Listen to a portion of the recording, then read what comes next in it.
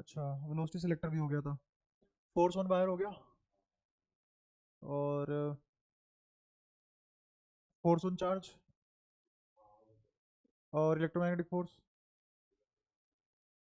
ठीक है। अच्छा, चार्ज एक अकेला चलते हुए चार्ज पे क्या फोर्स लगता है, क्या इलेक्ट्रिक फोर्स लगता है, क्या मैग्नेटिक फोर्स लगता है, और दोनों कब ऑब्जर्व हो पाते हैं? एक इंटर कन्वर्टेबल कब होते हैं? जब एक दूसरे के परपेंडिकुलर से, तभी इंटर कन्वर्टेबल होंगे, वरना इंटर कन्वर्टेबल नहीं होंगे। ठीक है।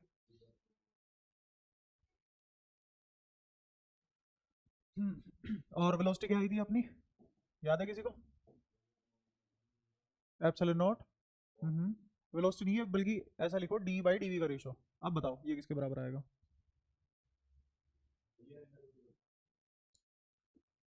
कुछ नहीं भाई, फालतू बकवास करवा लो, पढ़ाई की बात होती है टैप हो जाती है तुम्हारी। अच्छा, ये चीज बताई थी मैंने तुम्हें, किसके बराबर है?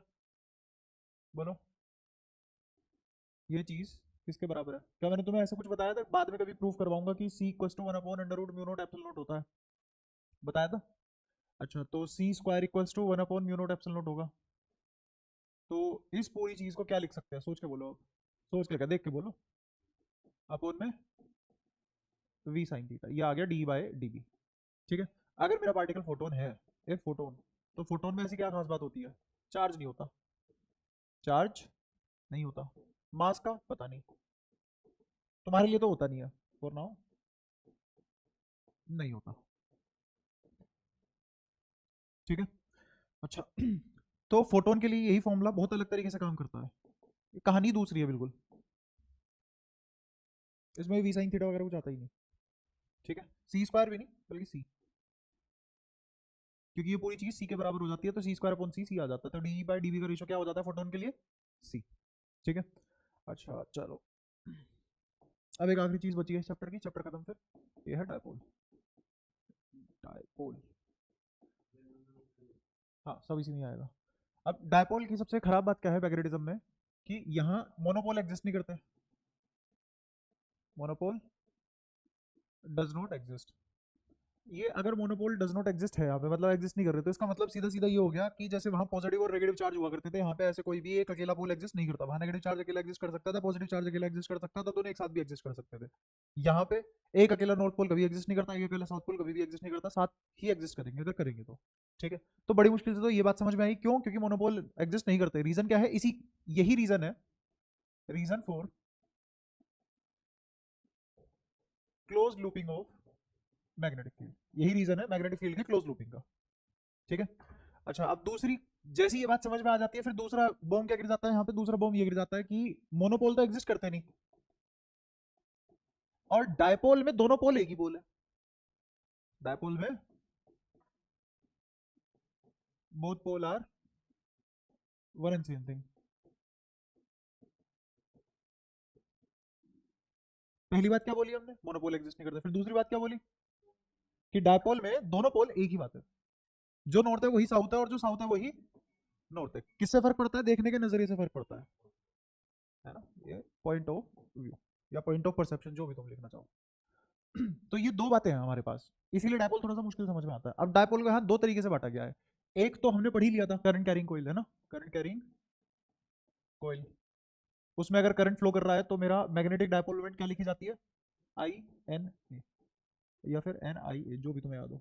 एन नंबर ऑफ लूप्स या टर्न्स कंप्लीटेड बाय करंट, और I current flowing in the loop, और ए एरिया ऑफ कोइल। ठीक है। ये एरिया या एरिया वेक्टर, ये कैसी क्वांटिटी है? Scalar vector. वेक्टर ये तो स्केलर स्केलर के बराबर नहीं हो सकते, तो ये क्या लेंगे? और जो एरिया वेक्टर की डायरेक्शन होगी वही किसकी डायरेक्शन होगी? ठीक है। ये तो हमारे पढ़ने के दांत, पर क्वेश्चन सॉल्व करने के दांत क्या होंगे? B along, sorry M along B ले लेंगे, एम अलोंग बी ले लेंगे। इनफैक्ट कोई मैग्नेट मैग्नेट ही तब है जब उसके पास एम होता हो। मैग्नेट को मैग्नेट कौन बनाता है? एम। तो इसका मतलब मुझे क्या बोलना चाहिए, कि मेरा बी अलोंग एम है या एम अलोंग बी? मेरा बी अलोंग एम होगा, ये ज्यादा करेक्ट है। ये छोटी छोटी बातें हमें पता थी। ठीक है। लेकिन हम क्या करते हैं, जैसे मान लो इलेक्ट्रोस्टैट में होता था, ये पॉजिटिव चार्ज है मान लो, और ये नेगेटिव चार्ज है, तो इलेक्ट्रिक फील्ड लाइन कहां से कहां जाएगी? इस पॉजिटिव से इस नेगेटिव पे जाएगी। याद है ऐसा कुछ?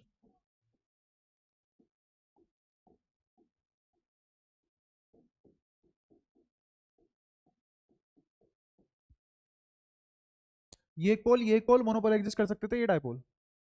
ठीक है, इसी से मिलता जुलता हमने एक डायग्राम बनाया, कॉपी करके उसको। ये पॉजिटिव जैसा कौन से वाले पोल से magnetic field line appears to emerge? North. तो पॉजिटिव के कंपैरिजन में कौन आ गया? नॉर्थ। और ये नेगेटिव के कंपैरिजन में साउथ। यहां से लाइनें और यहां से लाइनें जाती है, यहां से ओरिजिनेट होती है, यहां से टर्मिनेट होती है, ऐसे दिखेगी।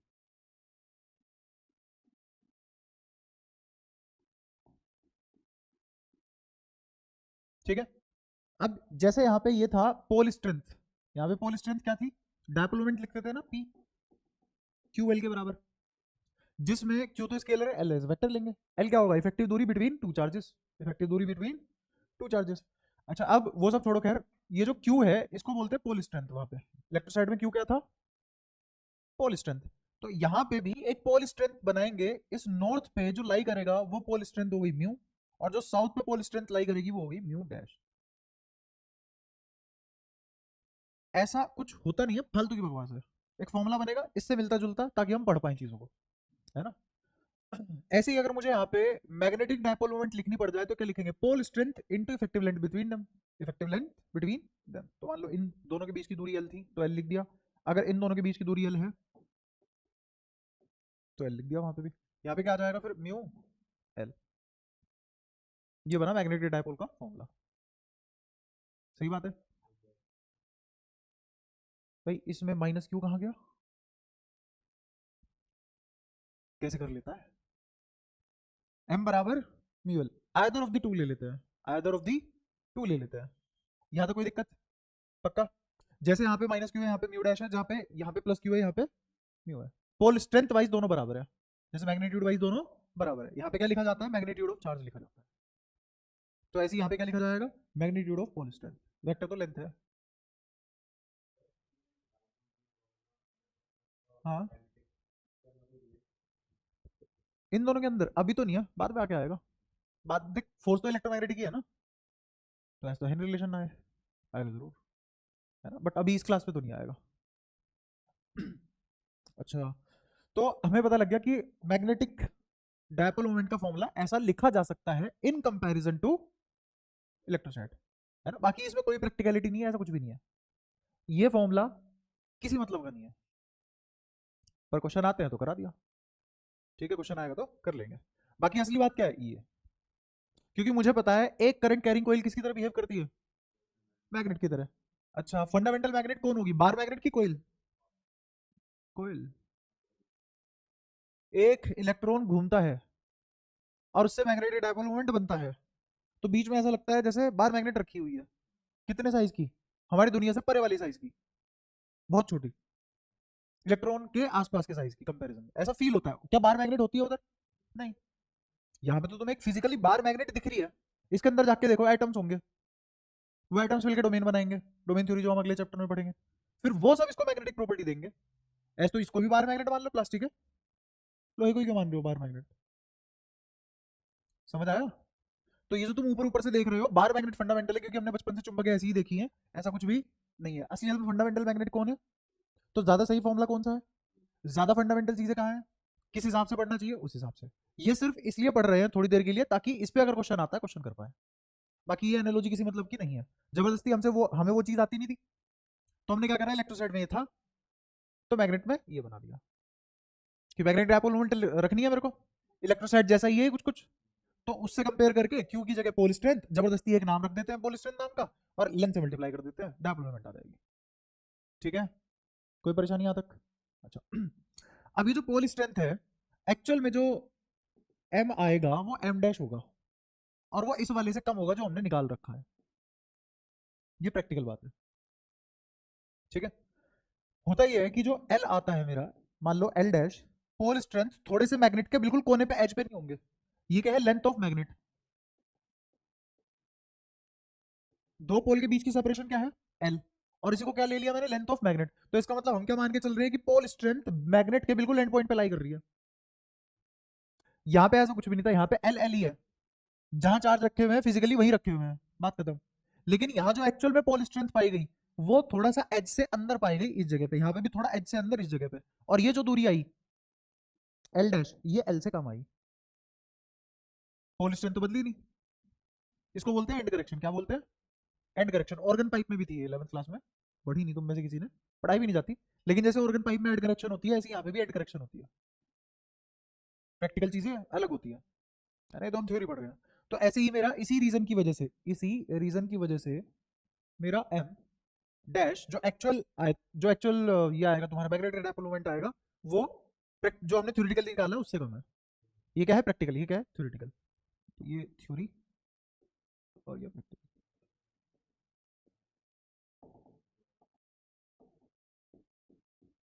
हाँ बता।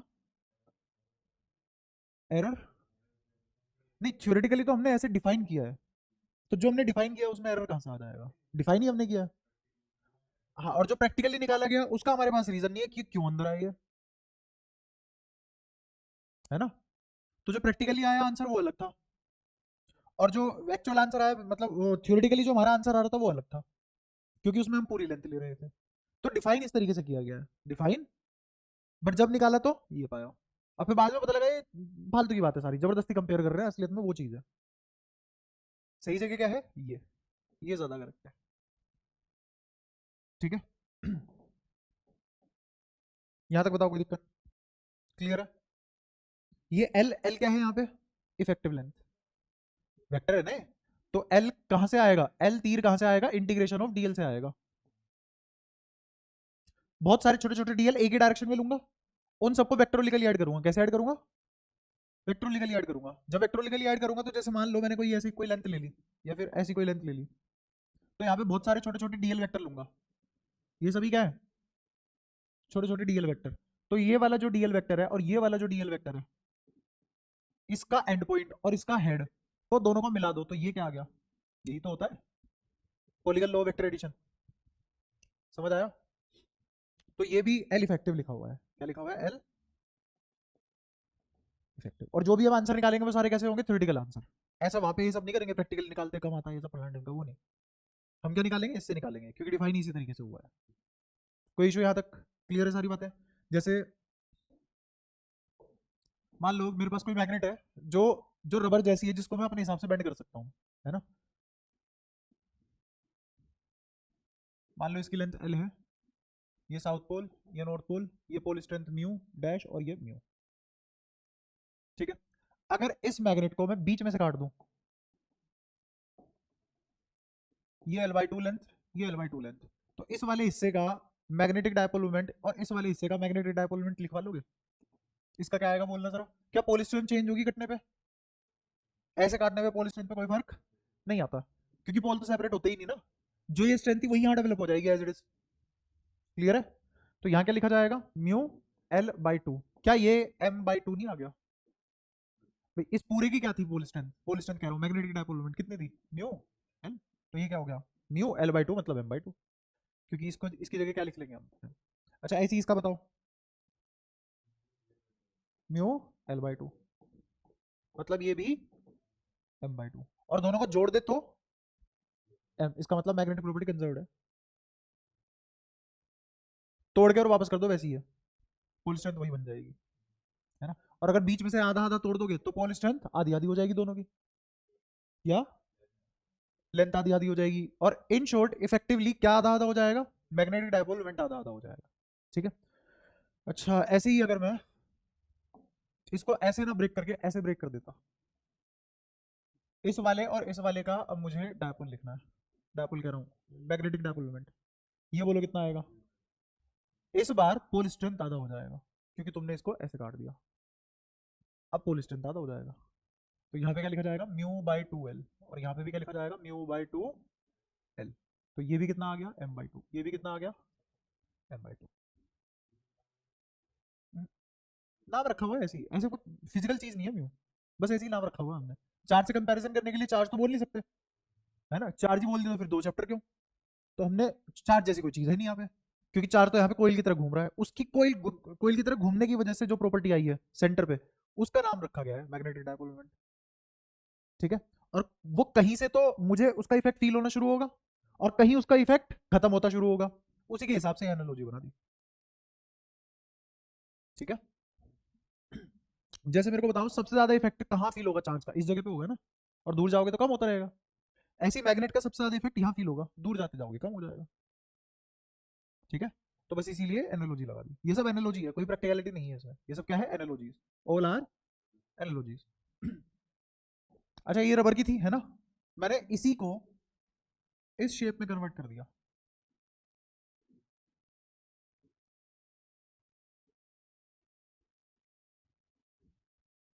ठीक है, तो साउथ तो यही रहेगा और नॉर्थ भी यहां रहेगा। लेंथ ये पूरी की पूरी कितनी रहेगी, एल ही रहेगी। अब वो पूछ रहा है इसका मुझे एम बताओ कितना होगा। एम डैश का नाम रखा क्योंकि इसका कितना है, एम। इसका मैग्नेटिक डायपोल मोमेंट कितना है, एम। तो इसका बदलेगा नहीं बदलेगा मुझे नहीं पता, तो फिलहाल फिलहाल के लिए मैंने क्या मान लिया, एम डैश। बहुत मुश्किल बात हो रही है। ठीक है, आगे बताओ क्या कर सकते हो तुम। हाँ म्यू, हाँ एल इफेक्टिव लिखेंगे, और एल इफेक्टिव मुझे पता है क्या होगा, इंटीग्रेशन ऑफ डीएल। तो इंटीग्रेशन ऑफ डीएल मतलब सब जोड़ दो, ये यहाँ जैसे मान लो ये एक छोटा सा वेक्टर बना डीएल वेक्टर, और ऐसे कितने डीएल वेक्टर जोड़ दो, इनफाइनाइट, कहां से कहां तक, जीरो से लेके एल तक। बताओ कोई दिक्कत, या तो कोई परेशानी। तो ये किसके बराबर आ जाएगा, एल के बराबर, कोई दिक्कत। अच्छा लेकिन ये वाली जो लेंथ है ये तो इफेक्टिव लेंथ होती है ना, और अभी भी तुमने गलत जोड़ा, ये तुमने कैसे जोड़ा है, बाय स्केलर। ये कैसे जोड़ा, स्केलर। लेकिन अगर मैं इसको वेक्टोरिकली जोड़ू तो क्या आएगा बताओ। अगेन मैं वेक्टर अलजेब्रा नहीं पढ़ा रहा हूं ना, मैं वेक्टर इंटीग्रेशन पढ़ा रहा हूं, चालाकी करेंगे हम, है ना। वो चालाकी क्या होगी कि मुझे सारे डीएल वेक्टोरिकली जोड़ने हैं। तो ये रहा सबसे पहला डीएल दिखा, और ये रहा सबसे आखिरी डीएल देखा, इसकी टेल से लेके इसके हेड तक की लाइन क्या कही कहलाएगी, 2r, एल इफेक्टिव 2r। तो यहां से लेके यहां तक की दूरी कितनी आ गई, 2r। तो क्या आएगा ये, 2r, और मुझे ये चाहिए, ये नहीं चाहिए। ठीक है, नहीं रेडियस गिवन नहीं है, लेंथ गिवन है। तो म्यू एल इफेक्टिव कितना लिखा जाएगा बोलो, एल की 2r, 2r। सबको समझ तो आ रहा है ना क्या कर रहा हूं मैं, सिखा के इस तरीके से लाया हूं। यहाँ पे मैंने ये बोला था कि ये सारे के सारे कैसे जुड़ेंगे, वेक्टर लगाया हुआ है। अब आर तो मुझे गिवन नहीं है, मुझे क्या गिवन है, लेंथ। तो आर को लेंथ के टर्म्स में निकाल लेंगे, तो एल इक्वल्स टू बोलो पाई आर, थीटा 180 रख ले, थीटा इंटू आर भी सही है, गलत नहीं है, पर थीटा को 180 तो रख, तो कितना आएगा, रेडियन में रखेगा तो पाई आएगा, 180 तो डिग्री हो गया, रेडियन में पाई हो गया, तो पाई आर, कोई दिक्कत। अच्छा तो आर कितना आ गया यहाँ से, एल बाय पाई। तो आर की जगह क्या रख देंगे, एल बाय पाई। इसको क्या लिख सकते हैं, एम। तो एम डैश किसके बराबर आ गया, 2m बाय पाई, ऐसे निकालते हैं। समझ आया। बताओ एक को पैसे की भी कोई कंफ्यूजन हो तुम्हें, हाँ इस पोर्शन में सारी बातें क्लियर है। ऐसे ही हॉर्सशू मैग्नेट होती है, टाइप ऑफ मैग्नेट में, हाँ बिल्कुल। हाँ रीजन बताएंगे उसका भी, रीजन एक बार प्रॉपर्टी पढ़ लो, जब मैग्नेटिक प्रॉपर्टी पढ़ेंगे ना, और उसमें मटेरियल के हिसाब से ऐसे हॉर्सशू मैग्नेट रबर की ले लूंगा तो फर्क थोड़ी ना पड़ेगा कोई, है ना। तो वो ऐसे हॉर्सशू मैग्नेट में ऐसा क्या हो गया, ज्योमेट्री बदलने से ही मैग्नेट स्ट्रॉन्ग होगी वो, या इफेक्ट स्ट्रॉन्ग हो गया। इलेक्ट्रिक फील्ड लाइन या मैग्नेटिक फील्ड लाइन, नहीं मैग्नेटिक फील्ड लाइन स्पेस में फैल रही है, ठीक है मान लिया, है ना। अगर वो स्पेस में फैल रही है तो स्पेस तो स्पेस ही है बेसिकली।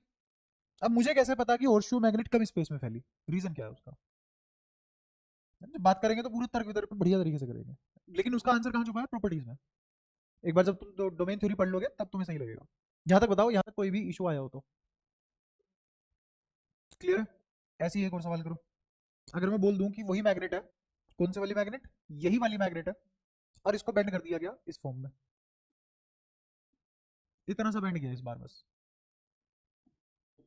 म्यू डैश म्यू, और इन दोनों एंड पॉइंट ने सेंटर पे जो एंगल सबटेंड किया वो था 60 डिग्री।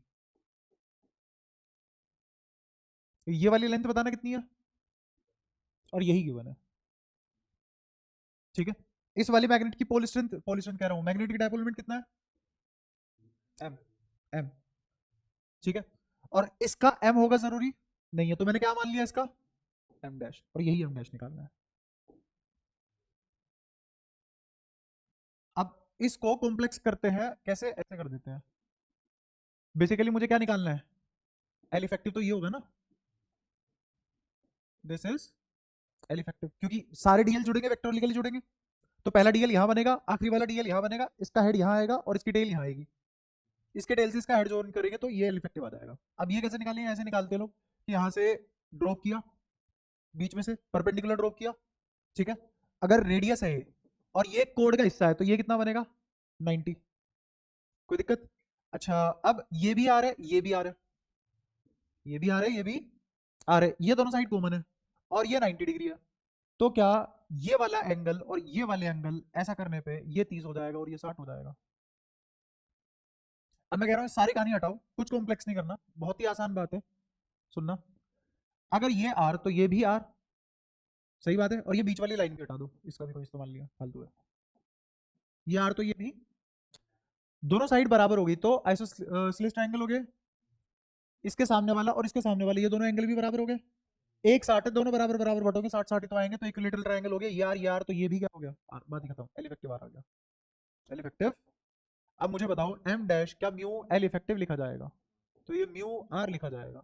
अब मुझे आर तो गिवन है नहीं, मुझे क्या गिवन है, लेंथ, तो निकाल लेंगे, लेंथ कैसे निकालते हैं, अब बोल L equals to r theta, तो L equals to r theta, theta कितना पाई बाय 3, तो आर कितना 3 pi by sorry 3 L by pi, रख दो उठा के उधर, तो ये लिखा जाएगा म्यू एल 3 बाय पाई, तो क्या लिखा जाएगा 3 एम बाय पाई।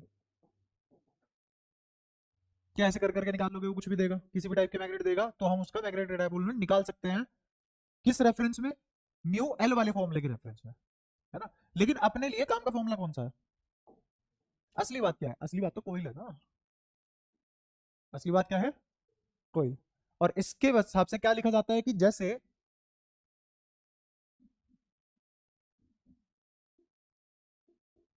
इसके सेंटर से कोई मैग्नेटिक डायपोल मोमेंट पास हो रहा है ना, जैसे ऐसे इमेजिन करो कि ये कोइल है, तो यहां एक ऐसे वेक्टर बना होगा, थोड़ा इसके पीछे थोड़ा इसके बाहर, और ये वेक्टर इसी को क्या बोला गया है, एम, क्या बोला गया है, एम, ठीक है। अच्छा ये एम क्या फिजिकल वेक्टर है ना, ये क्या है, इफेक्ट है बस एक, वो इफेक्ट वेक्टर की तरह बिहेव कर रहा है, तो उस फिजिकल क्वांटिटी का कैसी बनी वो फिजिकल क्वांटिटी वेक्टर। तो ये ऐसे नहीं है कि बिल्कुल ऐसे है कि कोई ऐसे है और ये ऐसे बना हुआ है, ये डायग्राम नहीं है, ये कैसा डायग्राम है, ऐसा डायग्राम है, देखा। अच्छा फॉर्मूला क्या है इसका यहाँ पे, एन आई ए, तो इसकी डायरेक्शन किसके जैसी, एरिया वेक्टर की जैसी, डायरेक्शन एरिया वेक्टर की जैसी, ठीक है। अच्छा अब ओपन फिगर का एरिया वेक्टर तो किसी भी साइड हो सकता है, ये ओपन फिगर है, क्लोज फिगर का तो हमेशा रेडियली आउटवर्ड होता है, क्लोज फिगर का एरिया वेक्टर हमेशा कहाँ होता है, रेडियली आउटवर्ड, लेकिन जो ओपन फिगर है उसका तो किधर भी हो सकता है ना, ये ओपन फिगर है तो इसका एरिया वेक्टर ऊपर भी हो सकता है, इसका एरिया वेक्टर नीचे भी हो सकता है। इसका रीजन क्या है, जैसे मान लो एरिया वेक्टर क्या होता है, एल क्रॉस बी, ये वेक्टर में पढ़ाया था, प्रूव भी करवाया था, area vector is L cross B, अगर तुमने एल क्रॉस बी कराया तो आओ, ये है लेंथ, ये है ब्रेड्थ, एल क्रॉस बी कराया, क्या एरिया वेक्टर अंदर की तरफ आएगा, लेकिन किसी ने बी क्रॉस ए कर दिया, मैग्नीट्यूड तो वही आएगा, तो बी क्रॉस ए निकालते हैं, बी क्रॉस ए, क्या एरिया वेक्टर बाहर आ गया, दोनों आ सकता है, क्लियर हुआ, ये तो डिपेंड करता है ना किसी ने क्या किया है, क्लियर है ये बात, याद है कोई दिक्कत। अच्छा थोड़ा सा और देख लो अब, कंफ्यूजिंग पार्ट, अगर ये स्क्वायर होता, अगर ये, तो ये भी ए है ये भी ए है, एक रो से और एक रो से दोनों की डायरेक्शन अलग अलग हो सकती है, बेशक मैग्नीट्यूड सेम रहे, देखो ए ए, एक रो से अंदर, ये वाला एक रो से बाहर, क्लियर हुआ।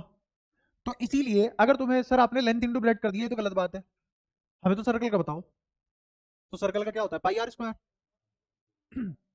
अब कौन से वाले आर को कौन से वाले आर की तरफ घुमा रहे हो उसके हिसाब से डायरेक्शन आ जाएगी, और किसी भी आर को किसी भी आर के डायरेक्शन में घुमा सकते हैं, तो इसीलिए सर्कल का भी एरिया वेक्टर ऊपर नीचे दोनों तरफ आ सकता है, ऐसे ही यहां अंदर और बाहर आ सकता है, कोई दिक्कत। तो ये तो वही वाली बात होगी यार, मैग्नेटिक वेक्टर कहीं भी इमेजिन कर लो, फॉर्मूला कह रहा है ए वेक्टर की डायरेक्शन में। अब थोड़ी सी कंफ्यूजन को हटाने के लिए हम न्यूमेरिकल इस एनालॉजी से सोल्व नहीं करेंगे। हम न्यूमेरिकल किस एनालॉजी से सोल्व करेंगे? मैग्नेट को मैग्नेट बनाया किसने? इसी इफेक्ट ने। और इस इफेक्ट का नाम क्या है? Magnetic dipole moment. तो इसी की वजह से मैग्नेटिक फील्ड आया ना। तो मैग्नेटिक फील्ड की डायरेक्शन हमें निकालनी आती है, और वो डायरेक्शन किसकी वजह से आई होगी? अरे इसकी वजह से, एम की वजह से। जो एम की डायरेक्शन है वही मैग्नेटिक फील्ड की डायरेक्शन आई होगी। तो मैं उल्टा कह रहा हूँ, जिधर मैग्नेटिक, क्योंकि तुम्हें मैग्नेटिक फील्ड की डायरेक्शन निकालनी आती है, और जिधर मैग्नेटिक फील्ड की डायरेक्शन है उधर ही मैग्नेटिक फील्ड, ये मैग्नेटिक वेक्टर ले लो। मैग्नेटिक डायपोल मोमेंट वेक्टर किस डायरेक्शन में लेना है सोल्व करने के लिए, आसान पड़ेगा, है ना। तो ये जो सारी बातें हैं ये मैं ऐसे लिख रहा हूं कि एम को क्वेश्चन सोल्विंग के लिए बी की डायरेक्शन में एज्यूम करो।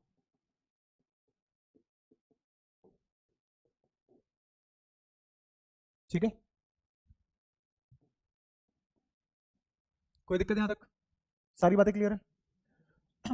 तो अब जैसे मान लो मैं तुमसे बोल दूं ये करंट कैरिंग कोइल है, ये करंट है, बताओ मैग्नेटिक डायपोल मोमेंट कहां आएगी? जहां मैग्नेटिक फील्ड होगा, ये रहा मैग्नेटिक फील्ड, तो क्या ये होगा एम?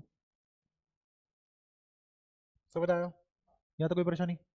अच्छा, इस पूरी मैग्नेट का सबसे ज्यादा स्ट्रॉन्ग इफेक्ट कहां है? सेंटर पे। तो वही तो डायपोल है, वही तो पोल स्ट्रेंथ है। और इसी पोल स्ट्रेंथ को अगर कोई इधर से देख रहा है तो क्या बनेगा? North pole. पीछे से देख रहा है तो क्या बनेगा? साउथ पोल, क्योंकि वो क्लॉकवाइज देखेगा, तुम होगी सारी कहानी ज्वाइन। ऐसे खेल चलता है, इसीलिए ये दोनों बातें लिखी थी मैंने। अब दोनों बातें ये हमेशा कंफ्यूज करती हैं, क्या मोनोपोल एग्जिस्ट नहीं कर रहा और दोनों पोल एक ही बात है?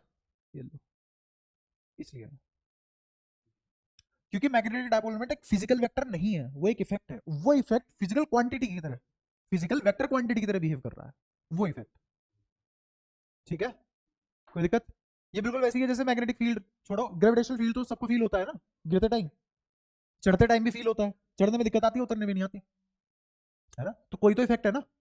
उस इफेक्ट को अगर मैं कैलकुलेट करूं तो वो वेक्टर अलजेब्रा फॉलो कर रहा है वो इफेक्ट। तो उसको एक फिजिकल क्वांटिटी बनाया, नाम रखा और निकाल लिया अपनी सारी चीजें। वो यहाँ हुआ है, रिलेट कर पाए? ऐसा नहीं है कि इलेक्ट्रॉन घूम रहा है और तुम्हें तीर दिखेगा यहाँ बना हुआ, घर जाके ऐसे दो तार लगाए कोइल में और करंट बहा दिया और एक ऐसे तीर बन गया तुम्हारे सामने, ऐसा नहीं होगा, है ना। बिल्कुल सेंटर ऑफ मास की तरह। जैसे सेंटर ऑफ मास कोई एक फिजिकल क्वांटिटी नहीं है, वो जस्ट हमारी इमेजिनेशन है टू कैलकुलेट क्वांटिटी इजीली। ऐसा नहीं है कि ये पेन का सेंटर ऑफ मास है, यहाँ लाई कर रहा है और मैं इसको तोड़ दूं ऐसे एक आत्मा निकल के चली जाएगी, ये सेंटर ऑफ मास, ऐसा कुछ भी नहीं होता। ये सब इफेक्ट है और फिजिकल क्वांटिटी की तरह बिहेव कर रहे हैं, और उसमें भी बिहेवियर कौन सी वाली क्वांटिटी की जैसा है? वेक्टर क्वांटिटी की जैसा है, इसलिए वेक्टर। सही है।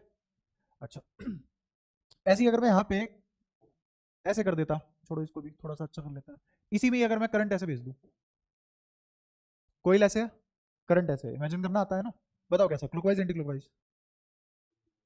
Anti clockwise. इस तेरी घड़ी ऐसे चलती होगी घर पे कि, हाँ बोल, तेरी तूने इसको कहा एंटी क्लॉकवाइज? हाँ ठीक है, इतने दिनों बाद भी गलती से, ठीक है। ये क्या? वो कह रहे सर आप भी करते हो इतने सालों से पढ़ाने के बाद भी? ठीक है ठीक है। ये क्या है? क्लॉकवाइज। तो मैग्नेटिक वेक्टर कहाँ बनेगा? क्लॉकवाइज मतलब क्रॉस, तो मैग्नेटिक फील्ड कहाँ जाएगा? अंदर की तरफ। तो डायपोल भी, तो इसकी डायपोल मोमेंट की डायरेक्शन कैसी होगी? अंदर। अब मैंने ये डायग्राम ऐसे बनाया था, तो क्या ऐसे नहीं आ जाएगा यार? आया समझ में कैसे बनाते हैं? पक्का? तो यही मैंने कहा था, जब क्वेश्चन या प्रॉब्लम सॉल्व करनी होगी तो तुम हमेशा मैग्नेटिक फील्ड की डायरेक्शन में ले लोगे। क्यों लिया ऐसा? लॉजिक है इसका, क्योंकि इसी से तो मैग्नेटिक फील्ड बना है। क्लियर हुई सारी बातें? रीजन यही है मैग्नेटिक बनने का किसी भी चीज का। वो जब प्रॉपर्टी पढ़ोगे तब अच्छे से समझ में आ जाएगा।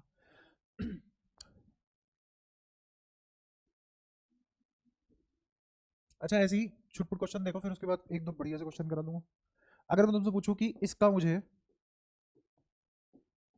ऐसे करंट दौड़ रहा है इसमें, मुझे इसका एम लिखवा दो, बताओ क्या लिखा जाएगा? आई करंट दौड़ रहा है, एन टाइम्स दौड़ गया, और एन आई, ए कितना होगा इसका? साइड ए है, स्क्वायर है,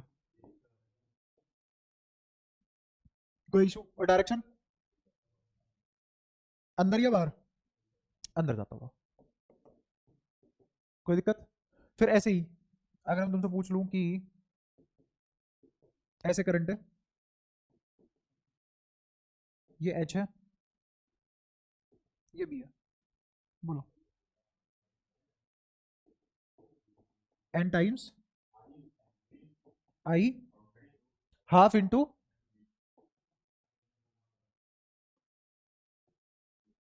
है, ये ट्रायंगल है, ये ट्रायंगल है, इसका area half into base into height.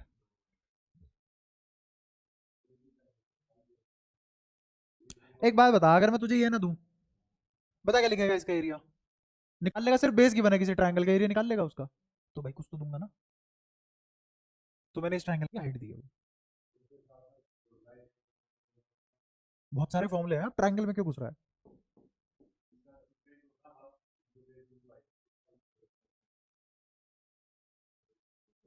भाई आज तो बोलना पड़ेगा, चटी फेल हो आप। तुम्हें यही सिखाया है बस कि इसी का half into base into height होता है। अब दुनिया के किसी भी ट्रायंगल का half into base into height होता है। वो अलग बात है, हाइट निकालना मुश्किल काम पड़ जाता है किसी किसी का, इसका आसान है। इसके हाइट का निकालना फॉर्मूला, फॉर्मूला तो निकालना ही नहीं, हाइट या तो इसको हाइट मान लो या इसको हाइट मान लो। और भाई साहब तुमने तो आधा घंटा लिया हुआ है मेरे से खुद ग्रीन बोर्ड पे कि हाइट होती क्या है, top most point bottom most point के बीच की परपेंडिकुलर दूरी इस, बता इसकी हाइट क्या होगी? अरे तो एरिया भी तो यही होता है, दुनिया के हर ट्रायंगल का एरिया होता है हाफ बी एच। ये किसने सिखाया? सिर्फ राइट एंगल ट्रायंगल का होता है। ये बात अगर उन सर को पता लग गई ना, पढ़ाना छोड़ देंगे, गेट बंद करके लिखवा देंगे बोर्ड पे कि इसकी एंट्री बंद है। क्या कर रहा है यार? ये आ गया, अच्छा डायरेक्शन बोलो, कोई दिक्कत?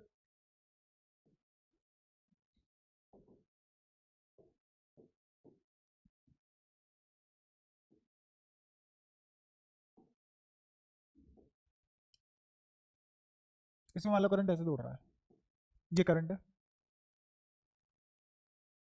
और इसका मैग्नेटिक डायपोल मोमेंट m है। कितना है? गिवन है। क्या क्या गिवन है? मैग्नेटिक डायपोल मोमेंट और करंट। ठीक है। तो तुम्हें निकालना है कि अगर मान लो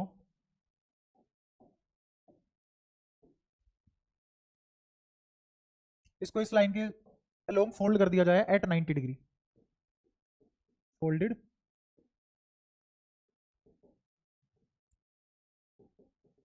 टिल पाई बाय 2। ठीक है। कैसे? बिल्कुल ऐसे जैसे रजिस्टर है किसी के पास, देना। ये मान लो ये एक रेक्टेंगुलर कोइल है, दिख भी रही होगी, रेक्टेंगुलर कोइल। क्या हुआ? नहीं गिरेगा वो, और रखा है अब सही है। ठीक है।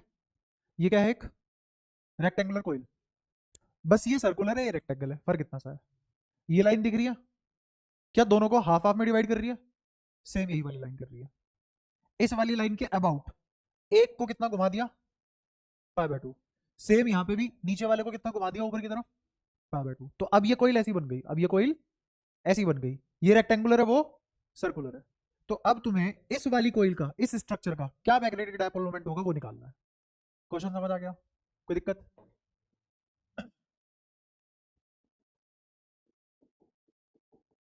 कोई एक सेक्शन कितना मोड़ दिया? कोई एक सेक्शन कितना मोड़ दिया? पाई बाय 2 मोड़ दिया। या तो ऊपर वाला ऐसे मोड़ लो, और या फिर नीचे वाला ऐसे मोड़ लो। ठीक है, जो अभी रजिस्टर से करके दिखाया मैंने। तो अब तुम्हें बताना है नए वाले स्ट्रक्चर की डायपोल मोमेंट क्या होगी। तो नए वाला स्ट्रक्चर कुछ कुछ ऐसा दिखेगा तुम्हें, देखो। इसमें सवाई सर्कल नहीं बनता ना। ठीक है, कोई नहीं, अपने बना लिया।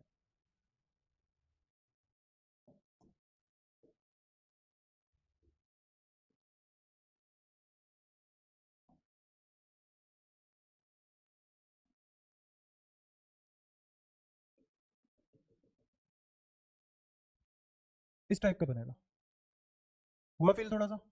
ठीक है। तो अब एक सेक्शन तो ये है, एक सेक्शन ये है, और दोनों के बीच एंगल कितना है? 90 डिग्री का। ठीक है। करंट इस वाली कोइल में कैसे है? आई एस है, और नीचे वाली में आई एस है। अब ये एक अलग प्लेन की कोइल है ऊपर वाली, और नीचे वाली एक अलग प्लेन की कोइल है। ऊपर वाले का प्लेन क्या है? X Y. नीचे वाले का प्लेन क्या है? X Z. लिख देता हूं, एक्स वाई प्लेन, ये एक्स जेड प्लेन। ठीक है। इस वाली कोयल के साथ देखते हैं, क्या ये इतना सा सेक्शन तुम्हें ऐसा फील नहीं होता कि जैसे ऐसी हो मेरी कोयल? सही बात है। अगर मेरी कोयल ऐसी है तो इन दोनों के बीच की इफेक्टिव लेंथ वो सब छोड़ो, खैर हम इसको किससे निकालेंगे, आई एन ए वाले से निकालेंगे। तो इसका डायपोल मूवमेंट क्या ऐसे जाता हुआ दिखाई देगा तुम्हें बाहर की तरफ, क्योंकि ऐसे है ये बाहर की तरफ, तो ये मैंने बाहर की तरफ बना दिया। ये क्या है, कौन सी डायरेक्शन है, प्लस के कैप। ठीक है, ऐसे ही नीचे वाला सेक्शन लेता है, ये है एक्जेड प्लेन, और इसमें करंट ऐसे जा रहा है। तो क्या इसमें करंट यहां से यहां घूम के जा रहा है ऐसे, तो ऊपर आएगा वाई एक्सिस, तो इसका कहां आएगा, वाई मतलब प्लस जे कैप। हो पाया इमेजिन? अब इसको सोल्व कर लेते हैं। तो तुम ये देख पाए यहां से एक वेक्टर निकलेगा, ये होगा एम डैश मान लो, ऐसे ही यहां से एक वेक्टर निकलेगा, ये होगा एम डैश। और मुझे पता है कि एम डैश, दोनों ही एम डैश क्यों है, एरिया बराबर है, बट डायरेक्शन ही तो बदलेगी, मैग्नीट्यूड तो वही रहेगा, क्योंकि एरिया बराबर करंट बराबर, नंबर ऑफ टर्न भी बराबर, बचा ही क्या फिर। ठीक है। अच्छा, और मुझे ये भी पता है दोनों में आधा आधा बटेगा, पूरे के मुकाबले दोनों में। तो ये कितना है, एम बाई टू, और ये भी कितना है, यहां तक भी कोई समस्या नहीं होनी चाहिए। अच्छा, क्या ये दोनों वेक्टर यहां से ऐसा नहीं लग रहा शुरू हो रहे हो, और इन दोनों वेक्टर के बीच कितना एंगल बनेगा, 90। इजी है बहुत, बिल्कुल ऐसी, फटाफट करना है इमेजिन। एक वेक्टर यहाँ, एक वेक्टर यहाँ, इन दोनों के बीच में भी तो 90 डिग्री का एंगल होगा, समझना मुश्किल तो नहीं है। ऐसे देखो, दिख गया? तो अगर इन दोनों के बीच का एंगल 90 डिग्री है तो m by two, m by two, बीच का एंगल 90 डिग्री, दो वेक्टर बराबर है 90 डिग्री पे है, तो रिजल्टेंट कैसा आएगा, m बाय टू, 1/√2, या √2 इंटू मल्टीप्लाई होगा, है ना, जैसे 10 न्यूटन 10 न्यूटन, दो 90 डिग्री पे हैं, तो आंसर कितना आएगा, दोनों का रिजल्टेंट कितना आएगा at 45 degree, and magnitude will be 10√2। तो ऐसे ये कहाँ बनेगा, 45 डिग्री पे बनेगा, इससे भी और इससे भी, और मैग्नीट्यूड वाइज क्या आएगा, √2 m/2, आ गया √2 m/2। ठीक है, m/√2 फाइनल आंसर आ जाएगा। ठीक है, ऐसे भी छोड़ सकते हो, कोई दिक्कत नहीं है। अच्छा, ये हमने किसके टर्म्स में निकाल लिया, जो गिवन था उसी के टर्म्स में आंसर निकाल लिया, कोई दिक्कत? इस m की जगह क्या लिख सकते हो अब तुम फर्दर, जो यहाँ था, यहाँ पे कितना था ये, आई एन, और एरिया कितना, पाई आर स्क्वायर, अगर रेडियस गिवन होता, बट रेडियस गिवन ही नहीं है, तो मैंने आंसर भी किस फॉर्मेट में निकाल दिया, इनके फॉर्मेट में। ठीक है, कोई दिक्कत? हाँ,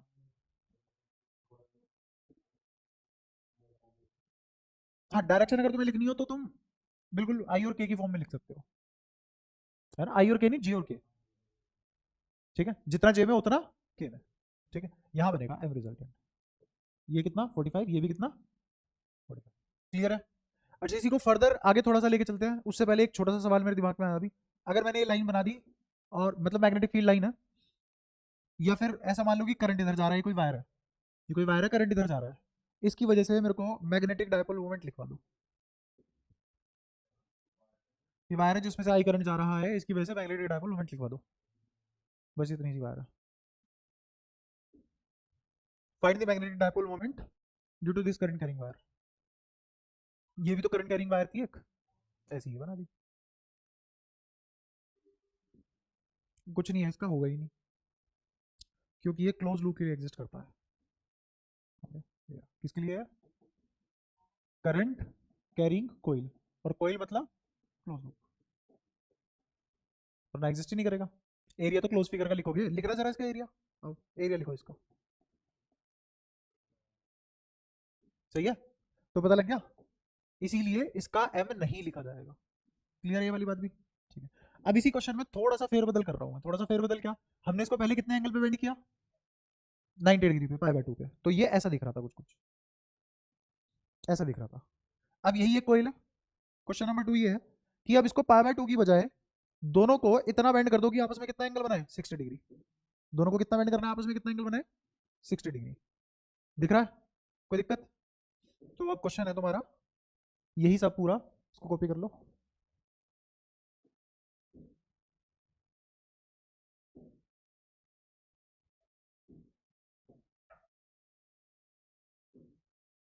पहले इसको छोटा करना था, फिर कॉपी करना था, कोई दिख रहा है अभी भी?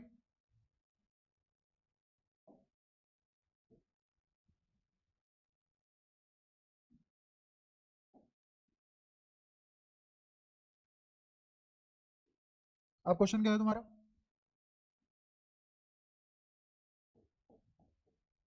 ये क्वेश्चन, ठीक है। 60 डिग्री है ऐसे बोल लो, पाई/3।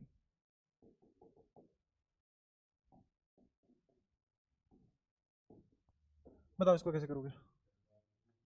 सबसे पहले तो इमेजिनेशन काम आएगी। इमेजिनेशन क्या है कि अगर 60 डिग्री पे मुड़ गए, अब मैं नेक्स्ट स्लाइड पे जा रहा हूँ। क्वेश्चन तो इजी पे ही है।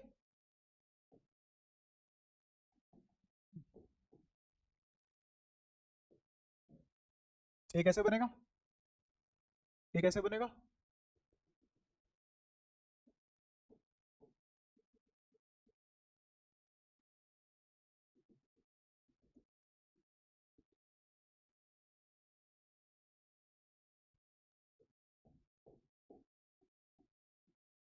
ये एंगल कितना है? सही है। अब थोड़ा सा इमेजिन करना, तुम्हें ये दिखाई दे रहा है, ऐसे देखना मुश्किल है, ऐसे देखने में कितना आसान है देखो। तो मैं इस डायग्राम के कोरस्पॉन्डिंग ये वाला डायग्राम बना रहा हूँ, ये वाले प्लेन को एक लाइन से रिप्रेजेंट कर रहा हूँ, चलेगा? इस वाले प्लेन को भी एक लाइन से रिप्रेजेंट कर रहा हूँ, क्यों? क्योंकि मैं साइड से देख रहा हूँ, क्योंकि मैं साइड से देख रहा हूँ, और बीच का एंगल 60 डिग्री, बीच का एंगल 60 डिग्री। और मुझे पता है कि मैग्नेटिक डायपोल मूवमेंट परपेंडिकुलर होती है। मैग्नेटिक डायपोल मूवमेंट क्योंकि वो बी का एलोंग आएगी, और बी तो हमेशा परपेंडिकुलर ही होगा ना प्लेन के, ठीक है। तो यहां से जो मैग्नेटिक डायपोल मोमेंट बनेगा वो कितना बनेगा? m/2, 90 डिग्री पे m/2। और यहां से भी कितने 90 डिग्री पे?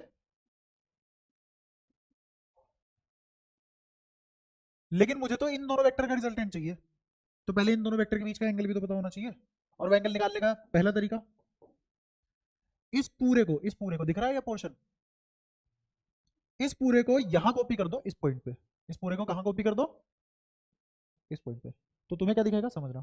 तुम्हें दिखेगा ऐसा कुछ डायग्राम कि ये प्लेन तो यहां आ गया ऐसे,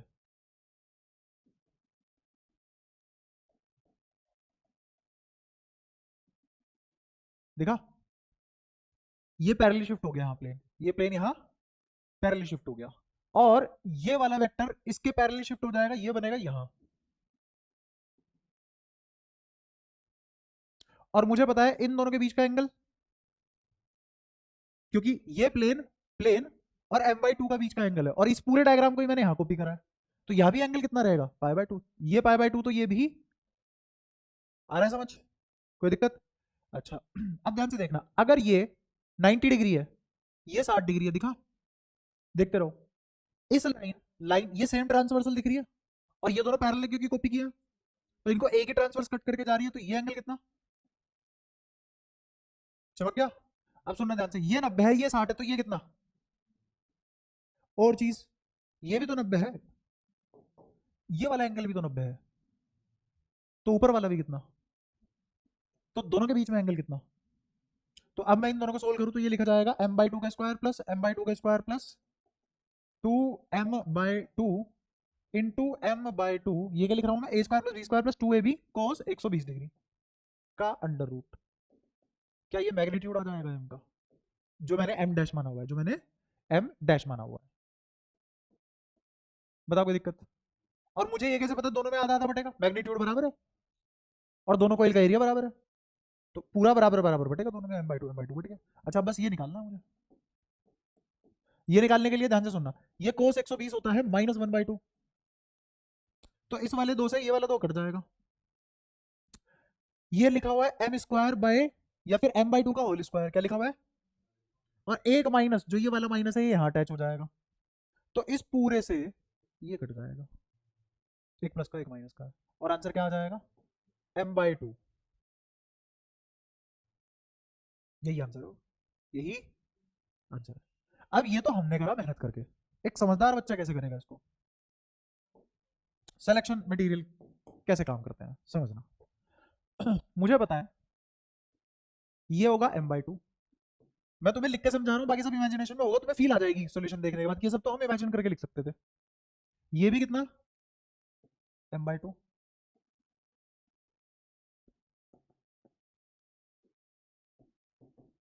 सही है।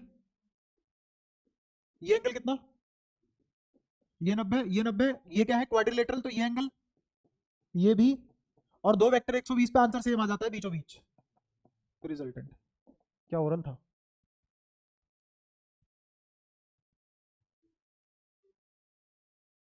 ठीक है। हाँ, m/2 60 डिग्री है ये। हाँ आगे। हाँ, कहाँ कैसे, तू ये कह रहा है इस वाले को ऊपर शिफ्ट करूं, इस वाले को यहाँ शिफ्ट करना है। हाँ, तो इस वाले को जब यहाँ शिफ्ट करेगा तो ये m/2 कहाँ बनेगा, ये m/2 कहाँ बनेगा, ये यहाँ ऐसे बनेगा। अरे ये 90 होना चाहिए ना, इसने ये इस लाइन पे बना दिया। आ जाओ। अरे 90 देख, प्लेन प्लेन और मैग्नेटिक एनवेलपमेंट में 90 डिग्री का एंगल होना चाहिए, 60 कैसे हो सकता है, यानी वो तुम विजिबल देख रहे हो ना, इसीलिए आंखों से देखने के बजाय हमेशा दिमाग से देखना चाहिए, है ना? सारी शक्लें मात्र चित्र ही है एक, असली खूबसूरती आत्मा में है जो दिखती नहीं है। ये कहाँ से सीखोगे, ऐसे इन्हीं चीजों से सीखोगे क्या, नहीं भाई नहीं, नहीं। सही बता रहा हूँ, अगर तेरी आत्मा में देख पाऊं तो मैं रेसिज्म हो जाऊंगा।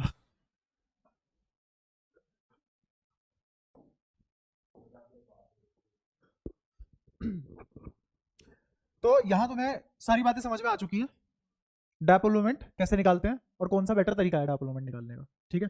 और हमने कुछ बढ़िया बढ़िया क्वेश्चन भी देख लिया। अब इसके बाद एक थोड़ी सी एप्लीकेशन है इसकी, एक तो एप्लीकेशन है जो नहीं है एनसीईआरटी में, है ना, फिर भी करा दे रहा हूँ, थोड़ा सा टाइम लगेगा, ज़्यादा नहीं टाइम लगेगा।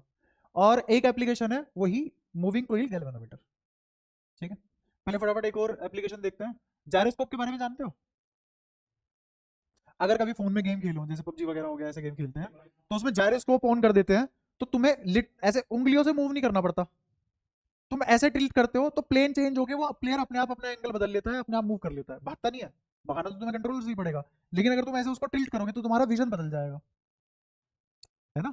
जैसे सामने झोपड़ी है, सामने झोपड़ी है, तुमने फोन टिल्ट किया तो एंगल झोपड़ी के ऊपर चला जाएगा, तुम्हें स्क्रीन को ऐसे ड्रैग नहीं करना पड़ेगा अंगूठे से, वो जायरोस्कोप है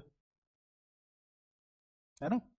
तो जायरोस्कोप एक बहुत बढ़िया चीज है, जायरोस्कोप हमारे प्लेन के हिसाब से हमारी ज्योमेट्री देख के मैग्नेटिज्म से उसको रिलेट करके हमें एक सही ओरिएंटेशन बता देता है, नॉर्थ साउथ ईस्ट वेस्ट ये सब कहाँ है, मतलब एक्स वाई जेड कहाँ है अर्थ के रेफरेंस में, ठीक है। अच्छा तो वो कितनी कॉम्प्लेक्स सिचुएशन है, कितनी, वहां पे मैं बोलने लग जाऊं मैग्नेटिक डायपोल मोमेंट निकालना,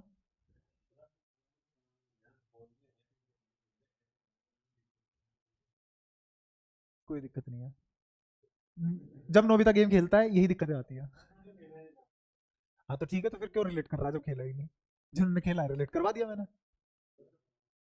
बेसिकली जायरोस्कोप ये होता है, एक 3D नीडल है तेरे पास और वो किसी स्फीयर में बंद है, उस स्फीयर को जैसे जैसे टिल्ट करेगा वो नीडल अपने आप एडजस्ट कर लेगी नॉर्थ साउथ। हाँ हाँ वही, वो उससे तो समझ में आ गया ना, सेल बैलेंसिंग फैक्टर आता है, किसकी वजह से आता है, रोटेशन, ऐसा रोटेशन से क्या हो जाता है, रोटेशन से ये होता है कि अर्थ एक मैग्नेटिक फील्ड प्रोड्यूस करती है, उसके अंदर तूने कोयल घुमा दी है, अब वो करंट कैरिंग कोयल की तरह महसूस हो रही है उसे, क्योंकि चार्ज फिजिकली घूम रहा है, चार्ज फिजिकली घूम रहा है। जैसे ये कड़ा कंगन जो भी उतार सकता है ना, हाँ ठीक, ये कोयल है, अर्थ का मैग्नेटिक फील्ड है हर जगह, तुमने एक कोयल ही ऐसे घुमा दी, दिख रहा है, अगर इसको मैं बहुत तेज घुमाऊं तो ऐसा लगेगा कि जैसे ये वाला चार्ज घूम के यहाँ आ गया बहुत जल्दी, चार्ज का फिजिकली रोटेट कर रहा है इन अ मैग्नेटिक फील्ड, तो क्या करंट कैरिंग कोयल की तरह बिहेव कर रहा है। तो अब इसके पास सेल बैलेंसिंग फैक्टर आएगा, अब ये मैग्नेटिक फोर्स और जो मैग्नेटिक फील्ड अर्थ का है एक दूसरे को रिस्पॉन्ड करेंगे, इसीलिए वो बैलेंस हो जाता है, गिरता नहीं है।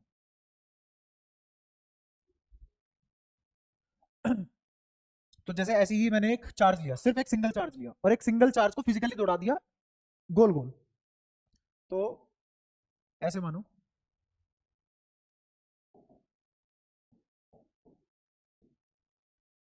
ये रास्ता है चार्ज का, इस पे चार्ज दौड़ेगा, चार्ज है प्लस क्यू,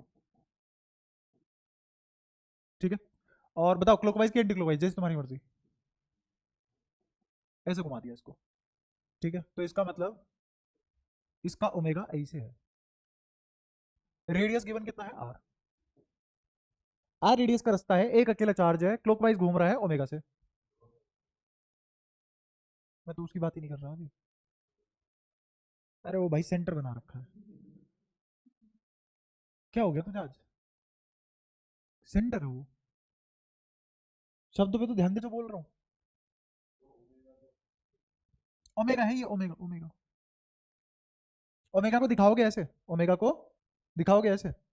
मुझे लग रहा है तो इसलिए कंफ्यूज हो गया क्योंकि मैंने तुम्हें पढ़ाया हुआ है कि सिर्फ तुझे कि जितने भी मेरे एंगुलर वेक्टर होते हैं वो सब रेडियल डायरेक्शन में होते हैं, मतलब परपेंडिकुलर टू प्लेन आते हैं, एक्सल पे आते हैं, एक्सियल वेक्टर बोलते हैं इनको, है ना। हाँ, तो ओमेगा की डायरेक्शन नहीं बता रहा मैं तुम्हें बस दिखा रहा हूँ कि ये घूम ओमेगा से रहा है, और घूम किस डायरेक्शन में रहा है, इस डायरेक्शन में। वो अलग बात है, तू जो इमेजिन कर रहा है कि ओमेगा बाहर होगा, हाँ बिल्कुल बाहर होगा, या अंदर। क्यों? क्योंकि ये आर क्रॉस वी होगा, या वी क्रॉस आर, या V by R, V equal to R omega होता है क्योंकि तो ये कहाँ होगा ओमेगा, कैसे पता? वैसे मुझे इन सब पे बात करनी नहीं थी, पर ठीक है, तू बोतल पी ली है तो फिर कर, और क्या करे। हाँ बता, क्रॉस है तो क्यों है, समझाना मेरे को। मैंने क्या समझाया था, मैंने कैसे बताया था, क्यों निकाल दिया तो ओमेगा अंदर है, कैसे पता लगा ओमेगा अंदर है? याद कर, मैंने पहले एक्सेलेरेशन की डायरेक्शन बताई थी, फिर चेंज इन एक्सेलेरेशन की डायरेक्शन से ओमेगा की डायरेक्शन आई थी, ऐसा आएगा। ठीक है। तो जो चीज़ मैं बता ही नहीं रहा यहाँ पे, वो क्यों फंडेबाजी वहाँ पे करनी है हमें, पूरी 11 थोड़ी ना पढ़ाने बैठ जाऊंगा मैं यहाँ पे 11। आओ खैर वापस चलते हैं, जो हमें पढ़ना है वो पढ़ते हैं फटाफट। तो सबको पता लग गया ओरिएंटेशन क्या है।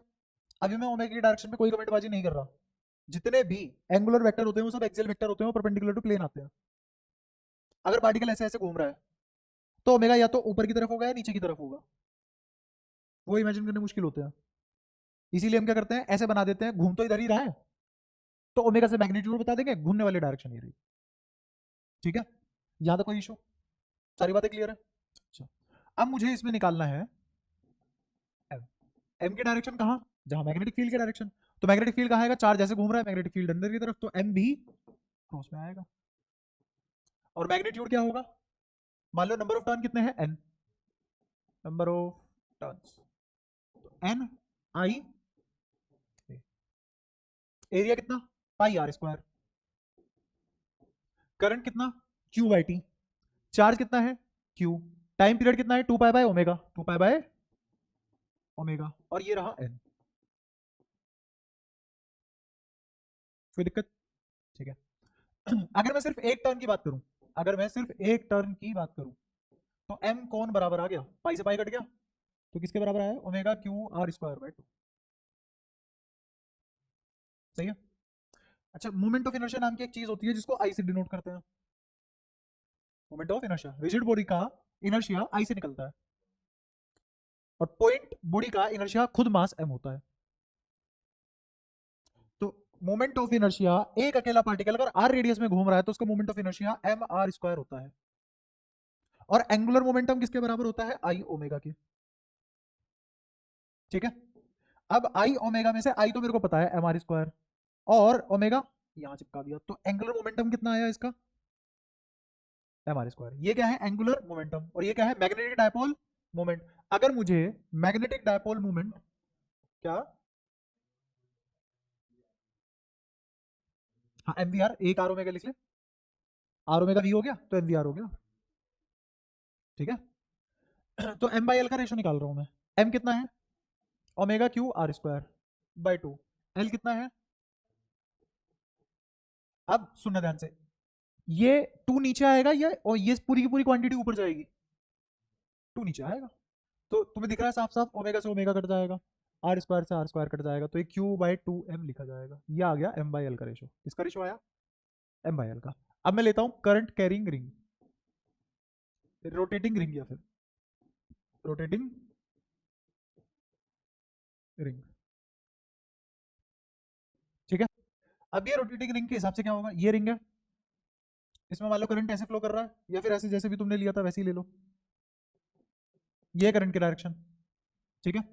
रेडियस वही आर है, पूरे पे कितना चार्ज फैला हुआ है, प्लस क्यू, पूरे पे कितना चार्ज फैला हुआ है, क्या जो यहाँ पे प्लस क्यू है, तुम रोटेट कर रहे हो ना इसको, जो यहाँ प्लस क्यू है वो घूम के वापस यहीं नहीं आएगा, ऐसे उससे अगले वाला चार्ज भी तो घूम के वापस यहीं आएगा, उससे अगले वाला चार्ज भी तो घूम के यहीं आएगा, और टाइम पीरियड कितना होगा, 2 pi by omega. Her charge का टाइम पीरियड कितना होगा, हर चार्ज अपनी सेम ओरिएंटेशन पे कितने टाइम बाद आएगा, 2 पाई बाय ओमेगा।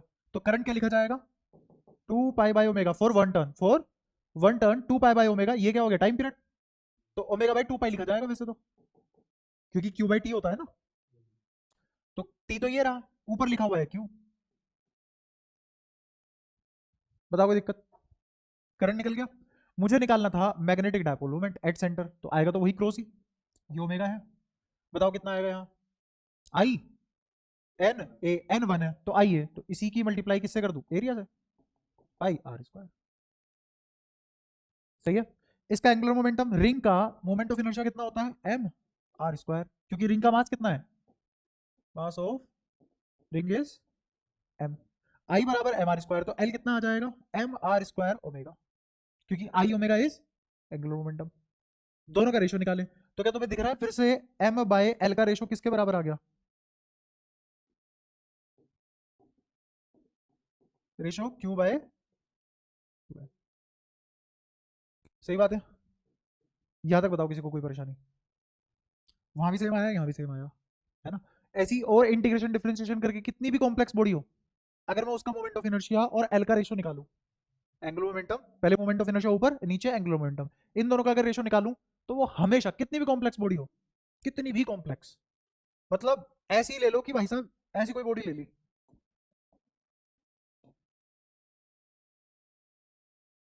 ये कोई भी लाइन इंटरसेक्ट नहीं कर रही है, ऊपर नीचे से ऐसे जा रही है, कितनी भी कॉम्प्लेक्स बॉडी ले ली, इसका कभी भी मैग्नेटिक डायपोल मोमेंट और एंगुलर मोमेंटम का रेशियो निकालोगे, हमेशा क्या आएगा,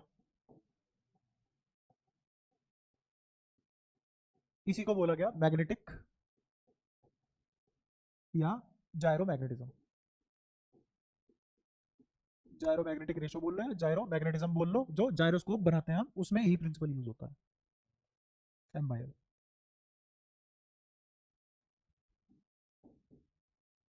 और ये कैसा रहेगा, हमेशा सेम रहेगा, ऑलवेज, फॉर एनी बॉडी। कब तक, जब तक हम प्लेनेट अर्थ पे हैं, प्लेनेट बदला ये भी बदल जाएगा, क्योंकि ये किसको रिस्पॉन्ड करता है, अर्थ मैग्नेटिज्म को, रिस्पॉन्स टू अर्थ मैग्नेटिज्म, नहीं क्योंकि उसका मैग्नेटिक फील्ड अलग होगा, हाँ? ठीक है, हमने एम बाय एल अर्थ का निकाला या बॉडी का निकाला, बॉडी का, लेकिन हर बॉडी अर्थ के मैग्नेटिक फील्ड को सेम तरीके से रिस्पॉन्ड करती है, ठीक है, और इसी के हिसाब से हमने जायरोस्कोप बना लिया। अब अर्थ पे कहीं भी चले जाओ, किसी भी इंस्ट्रूमेंट से एम बाय एल का रेशियो निकाल लो, तुम्हें पता लग जाएगा कहाँ क्या डायरेक्शन है, कौन से प्लेन में है हम, उन सभी इनफाइनाइट प्लेन में से हम कौन से प्लेन पे एग्जिस्ट कर रहे हैं ये पता लग जाएगा, ठीक है। क्या,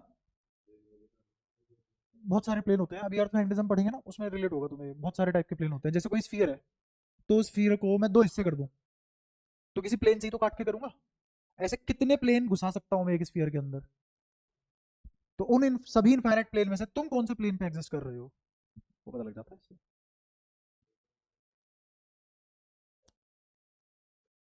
हाँ, तो वो कोऑर्डिनेट निकाले कैसे हमने, अर्थ पे बैठे बैठे कोई ऐसा इंसान थोड़ी ना रहा होगा, यहाँ चला लिखियो रे लैटिट्यूड लॉन्गिट्यूड इतना, ठीक है, अब लिखियो रे, ऐसे थोड़ी ना करा होगा किसी ने, किसी ने एल्गोरिथम चलाई होगी ना, कि मैं 2-3 पॉइंट का निकाल लूं और फिर ऑटोमेशन में पूरे अर्थ का किसी भी पॉइंट का निकल जाए, वही तो है, ठीक है। तो आप समझ में आ रहा है, ऐसे थोड़ी ना किसी ने अर्थ का मास नापा होगा, कि यहाँ से मिट्टी उठा के एक तराजू पे रखे जा रहा पूरी अर्थ इकट्ठी यहाँ से करके यहाँ कर दी, ये सब किससे निकलता है, किससे निकलता है, मैथमेटिकल इंडक्शन नाम की चीज होती है, और इंटीग्रेशन डिफरेंशिएशन एलिमेंट टेकिंग, तुम्हें एलिमेंट लेना आना चाहिए, वेरिएबल के साथ खेलना आना चाहिए, अर्थ की हर जगह पे डेंसिटी अलग अलग है, इतना भी आसान नहीं है ना, नहीं करेक्ट नहीं है, जैसे मान लो डेंसिटी अगर यूनिफॉर्म है, अगर यूनिफॉर्म है, तो मुझे पता है density mass per unit volume होता है। तो मैं क्या करूंगा, एक छोटा सा डीवी लूंगा, उसके अंदर डीएम निकाल लूंगा। डेंसिटी कांस्टेंट है, डेंसिटी कांस्टेंट है, और रो डीवी को इंटीग्रेट कर दूंगा, क्या कैपिटल एम आ जाएगा, ऐसे निकलता है अर्थ का मास। बट ये तो बहुत गलत है, पर एक्यूरेट मास भी तो है हमारे पास अर्थ के, और वो एक्यूरेट मास के अंदर इस डेंसिटी को फंक्शन बनाया जाता है।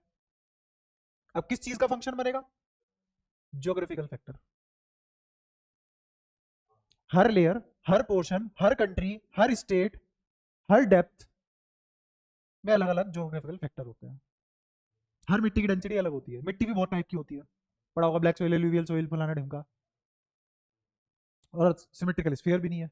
तो एलिमेंट तो वैसे भी नहीं लोगे, यहाँ पे क्लोज इंटीग्रल किसका करोगे, स्फीयर का तो नहीं करेंगे अब क्योंकि अगर प्रैक्टिकल करना पड़ गया, इसीलिए एग्जैक्ट मास निकालना तुम्हारे सिलेबस में नहीं है। इसीलिए क्या ये बात सच है, हाँ तुम्हारे लिए तो सच ही है ना, बट झूठ है, हाँ, बट तो हम खराब चीज पढ़ रहे हैं, नहीं।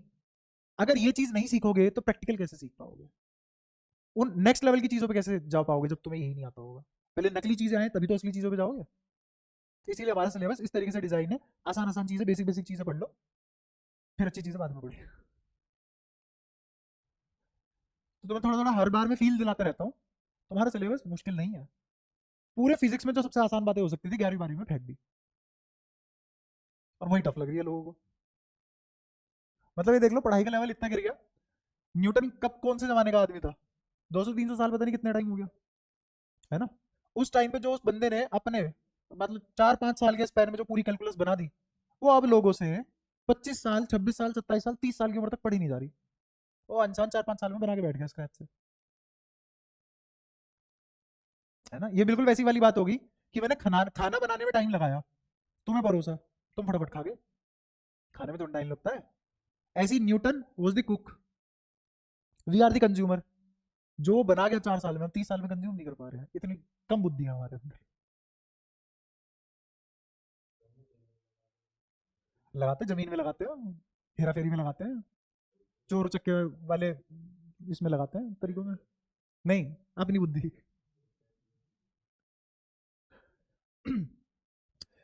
तो खैर क्या हुआ, ये सारी बातें क्लियर हुई यहाँ तक। तो एम बाई एल का रेशो Q/2m है। अब इस बात का फायदा उठाएंगे हम, और कॉम्प्लेक्स बॉडी का भी एम बाई एल का रेशो निकाल सकते हैं। या फिर अगर मुझे मान लो मैग्नेटिक डायपोल मोमेंट निकालनी है किसी ऐसी बॉडी की जिसका निकालने में बहुत मुश्किल आ रही है, तो मैं किसका फायदा उठाऊंगा, एम बाई एल का। जैसे मान लो मुझे डिस्क का निकालना है, किसका, ये रही डिस्क। अब अगर मुझे तरीके से निकालना पड़े तो मैं क्या लूंगा, आर दूरी पे डी आर मतलब या फिर एक्स दूरी पे जाके एक dx थिकनेस की रिंग लूंगा, उसको इंटीग्रेट करूंगा, तब जाके मेरा आंसर आएगा। बट मैं क्या करूंगा, मेरे को पता है m बाय एल का रेशो क्या होता है, Q/2, ये मुझे आता है। और एंगुलर मोमेंटम मुझे डिस्क का पता है कितना होता है, mr²/2 इंटू ओमेगा। आई कितना होता है इसका, आई डिस्क क्या होता है, mr²/2 into omega, angular momentum आ गया। इसको उधर मल्टीप्लाई कर दो तो m किसके बराबर आ जाएगा, Q/2m mr²/2 ओमेगा, m से m कट गया, ये कितना आ गया, QR² ओमेगा/4। फटाफट आ गया, वरना एलिमेंट निकाल के काट के करते हो। ये फायदा होता है किसका, m बाय एल का। कॉम्प्लेक्स कॉम्प्लेक्स बॉडी का भी निकाला जा सकता है। ऐसे अगर तुमसे बोला जाए कि डिस्क की बजाय आप तुम एक काम करो, तुम शेल का निकाल दो, शेल मतलब होलो स्फीयर, तो शेल का निकालने के लिए एलिमेंट लेंगे नहीं हम किसका फायदा उठाएंगे, आई कितना होगा इसका, 2/3 mr²। तो एल किसके बराबर आ जाएगा, आई ओमेगा, मतलब 2/3 mr² ओमेगा। मुझे पता है m बाई एल किसके बराबर होता है, Q/2m।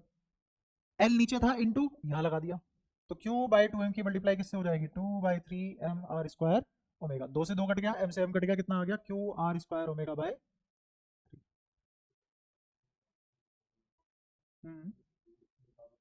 आप प्रूफ होते हैं इनके, हाँ बिल्कुल। ऐसे ही अगर तुमसे कोई बोल दे कि मुझे स्फीयर का बताओ, स्फीयर अगर नहीं बोला कौन सा है तो अपने आप ही कौन सा होगा बाय डिफॉल्ट, सॉलिड। लिख ही देता हूँ, गंदी नजरों से देख रहा हूँ, सॉलिड स्फीयर। इसका आई कितना होगा, 2/5 mr²। तो L कितना हो जाएगा, इनटू ओमेगा, सही है। तो मैग्नेटिक डायपोल मोमेंट कितनी आ जाएगी इसकी, Q by 2m into L। L की वैल्यू क्या है 2/5 m r square omega, m से m कट गया, 2 से 2 कट गया, कितना आ गया Q r square omega bye 5। ऐसी बहुत सारी बॉडीज का निकाल सकते हो। बताओ कितना टाइम लग रहा है मुझे मोमेंट ऑफ इनर्शिया निकालने में। वो सब किसकी बदौलत हो पाया, इस रेशो की बदौलत, ठीक है। तो अब तुम्हें हल्के से याद हो जाए तो कोई बुराई तो है नहीं इसमें। जैसे मान लो अगर मैं तुमसे पूछूं कि Q या फिर रिंग का कितना होगा moment of inertia, moment of inertia कह रहा हूँ सॉरी, मैग्नेटिक डायपोल मोमेंट कितना होगा, Q r square omega by 2। अच्छा ऐसे ही अगर मैं डिस्क का पूछूं, डिस्क से पहले शेल का देख लो, शेल का कितना हो जाएगा Q r square omega by 3, disk का Q r square omega by 4, और सॉलिड स्फीयर का Q r square omega by, easy है, मुश्किल तो है नहीं, कोई दिक्कत। तो कुछ स्टैंडर्ड बॉडी है, इनका याद हो जाए तो दिक्कत नहीं है। अच्छा अब आखिरी एप्लीकेशन और चैप्टर की आखिरी बात, वो क्या है, गैल्वेनोमीटर। गैल्वेनोमीटर से moving coil in external magnetic field, moving coil in external magnetic field, ठीक है। मैंने कोई एक्सटर्नल मैग्नेटिक फील्ड लिया, वो बी एक्सटर्नल कैसा होना चाहिए, और यूनिफॉर्म, क्योंकि हमें चीजें किसके लिए आती है, सिर्फ और सिर्फ यूनिफॉर्म के लिए आती है। हमने इलेक्ट्रिक फील्ड नॉन यूनिफॉर्म के लिए चीजें नहीं पढ़ी, मैग्नेटिक में तो बाद में पढ़ेंगे, और यहाँ तो पोटेंशियल एनर्जी भी नहीं हमारे पास, ठीक है। हाँ लेकिन मैग्नेटिक डायपोल मोमेंट की पोटेंशियल एनर्जी हम निकाल सकते हैं बाय कंपैरिजन, देखेंगे अभी। तो moving coil in external magnetic field, और मैग्नेटिक फील्ड कैसा है, यूनिफॉर्म। तो मान लो मैंने इस टाइप का कोई मैग्नेटिक फील्ड ले लिया,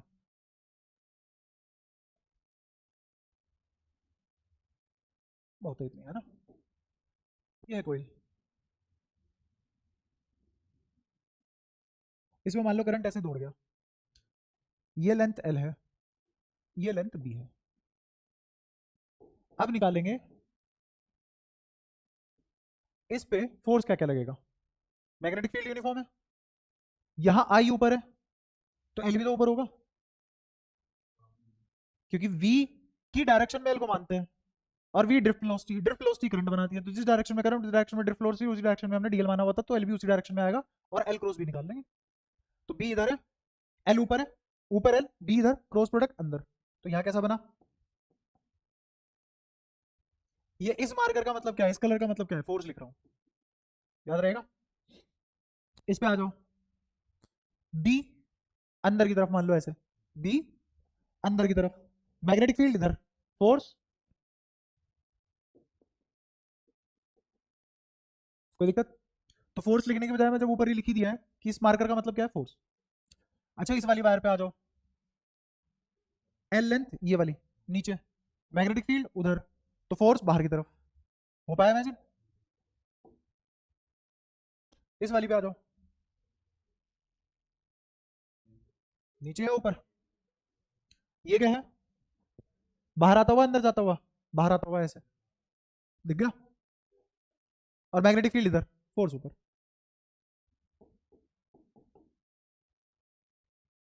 ठीक है। अच्छा फोर्स तो मैंने ऊपर लिख ही दिया, मुझे बताओ इस क्रॉस का मतलब क्या है, मैग्नीट्यूड कितना होगा इसका,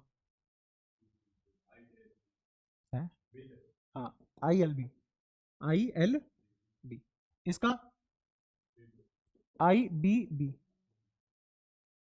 ठीक है, इसका आई एल बी, इसका आई बी बी। तुम देख पा रहे हो कि ये दोनों एक दूसरे को कैंसिल कर रहे हैं, क्योंकि डायरेक्शन अपोजिट मैग्नीट्यूड सेम, ये दोनों एक दूसरे को कैंसिल कर रहे हैं, डायरेक्शन अपोजिट मैग्नीट्यूड सेम, तो एफ नेट कितना आ गया, ये हमने पहले भी पढ़ा था। मैं इसको ऐसे भी बता सकता था, करंट कैरिंग कॉइल है, यूनिफॉर्म मैग्नेटिक फील्ड में है, और क्योंकि क्लोज लूप बन रहा है तो क्या आएगा, ये एफ नेट जीरो, पढ़ रखा है ना तो हमने एल इफेक्टिव की फॉर्म में, याद आया। अच्छा लेकिन फिर भी मैंने एक बार फील करा दिया दोबारा से। अच्छा और आगे चलते हैं, टॉर्क के बारे में क्या ख्याल है, टॉर्क किसके बराबर होता है समझ रहा है, टॉर्क होता है आर क्रॉस एफ के बराबर, टॉर्क होता है आर क्रॉस एफ के बराबर। तो इस आर क्रॉस एफ में मैं क्या करता हूं, इसको लिख लेता हूं R sine theta into F, R sine theta into F, और ये आर साइन थीटा पूरी की पूरी क्या होती है, perpendicular displacement between two point where force is being applied, perpendicular दूरी between point of application of two force, तो perpendicular distance between point of application of two forces. समझ आया? या तो कोई परेशानी? अच्छा अब अगर मैं टॉर्क जनरल सिचुएशन के लिए निकालूं, यहां जनरल सिचुएशन नहीं है, यहां कोयल देखो ऐसी है, मैग्नेटिक फील्ड मुझसे उस दीवार तक जा रहा है यूनिफॉर्म, कोयल ऐसी है, कोयल ऐसी हो तो भी हम इजीली निकाल लेंगे, एफ नेट तो अभी भी जीरो होगा। लेकिन ये कोयल की जनरल पोजीशन होगी या ये होगी या फिर ये, नाम दे देता हूं 1 2 3, कौन सी जनरल पोजीशन है? 2। तो हम चीजें इसके लिए सोल्व करें, इसके लिए सोल्व करें, 2 के लिए सोल्व करें, 2 के लिए सोल्व करें, एंगल फंसा देंगे ना अपने आप, ये वाली और ये वाली तो अपने आप आएगी लपक के। तो क्या मुझे इस कोयल के लिए चीजें पढ़नी चाहिए, इस ओरिएंटेशन के लिए, है ना? इमेजिन करते रहो मुझसे उस दीवार तक जा रहा है मैग्नेटिक फील्ड, अगर मैं इसको टॉप व्यू देखूं क्या ऐसे दिखेगा, तुम्हें एक टेढ़ी लाइन ऐसे जाती है। अच्छा ये जनरल पोजीशन है तो ये भी तो जनरल पोजीशन होगी, और अगर इसका टॉप व्यू देखोगे तो ऐसे टेढ़ी लाइन आएगी। ये सारी बातें क्लियर है? ठीक है, तो कोई सी भी ओरिएंटेशन जनरल ओरिएंटेशन मान लेंगे हम, कोई एंगल होगा बीच में उनके, तो ये वाली चीज हटा के, और ये फॉर्मूला तुम्हें समझ में आता है, ये फॉर्मूला मैं जनरल सिचुएशन में अप्लाई करना पसंद करूंगा, ये फॉर्मूला सिचुएशन में अप्लाई करना पसंद करूंगा, क्योंकि यहां पे खुद ही थीटा कितना है, खुद ही थीटा। अच्छा ये थीटा किस किस के बीच का एंगल होगा? फोर्स और आर के बीच, है ना, angle between force and R. तो यहाँ पे फोर्स और आर के बीच में कितना एंगल है बोलो? 90। तो यहाँ तो ऑलरेडी ऑलरेडी थीटा कितना है? 90। तो यहाँ पे टॉर्क कितना आ जाएगा? आर एफ, और एफ कितना है? अच्छा एक चीज, टॉर्क कौन से फोर्सेस बनाते हैं? क्या ये दो फोर्सेस टॉर्क बना सकते हैं? नहीं, क्यों? सेम लाइन ऑफ एक्शन से पास हो रहे हैं, पासिंग थ्रू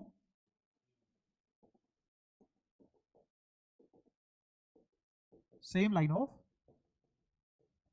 एक्शन। टॉर्क बनाने के लिए अगर कोई भी फोर्स लाइन ऑफ एक्शन से पास हो जाए या फिर एक्सिस से पास हो जाए, जिस एक्सिस के अबाउट बॉडी घूम रही है उस एक्सिस से पास हो जाए, तो टॉर्क भी बनाते हैं।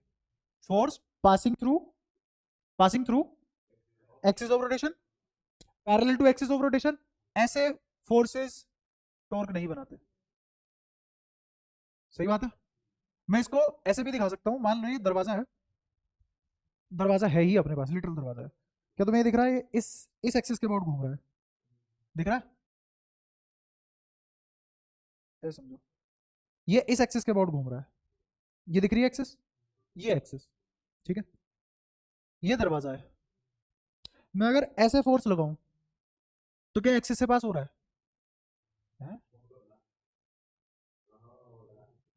चश्मे से तुझे दिखता तो वाला है नहीं, पहन ले वरना ये नहीं दिखेगा, आदत तो डालनी पड़ेगी। ठीक है, सामने देखो बकवास नहीं। अगर मैं ये फोर्स देखो तो क्या एक्सिस से पास हो रहा है? क्या ये गेट ऐसे खुल जाएगा? क्यों? टॉर्क ही नहीं है, क्योंकि फोर्स कहां से पास हो गया? एक्सिस। क्या ये एक्सिस के पैरेलल फोर्स है, खुल जाएगा ये? नहीं।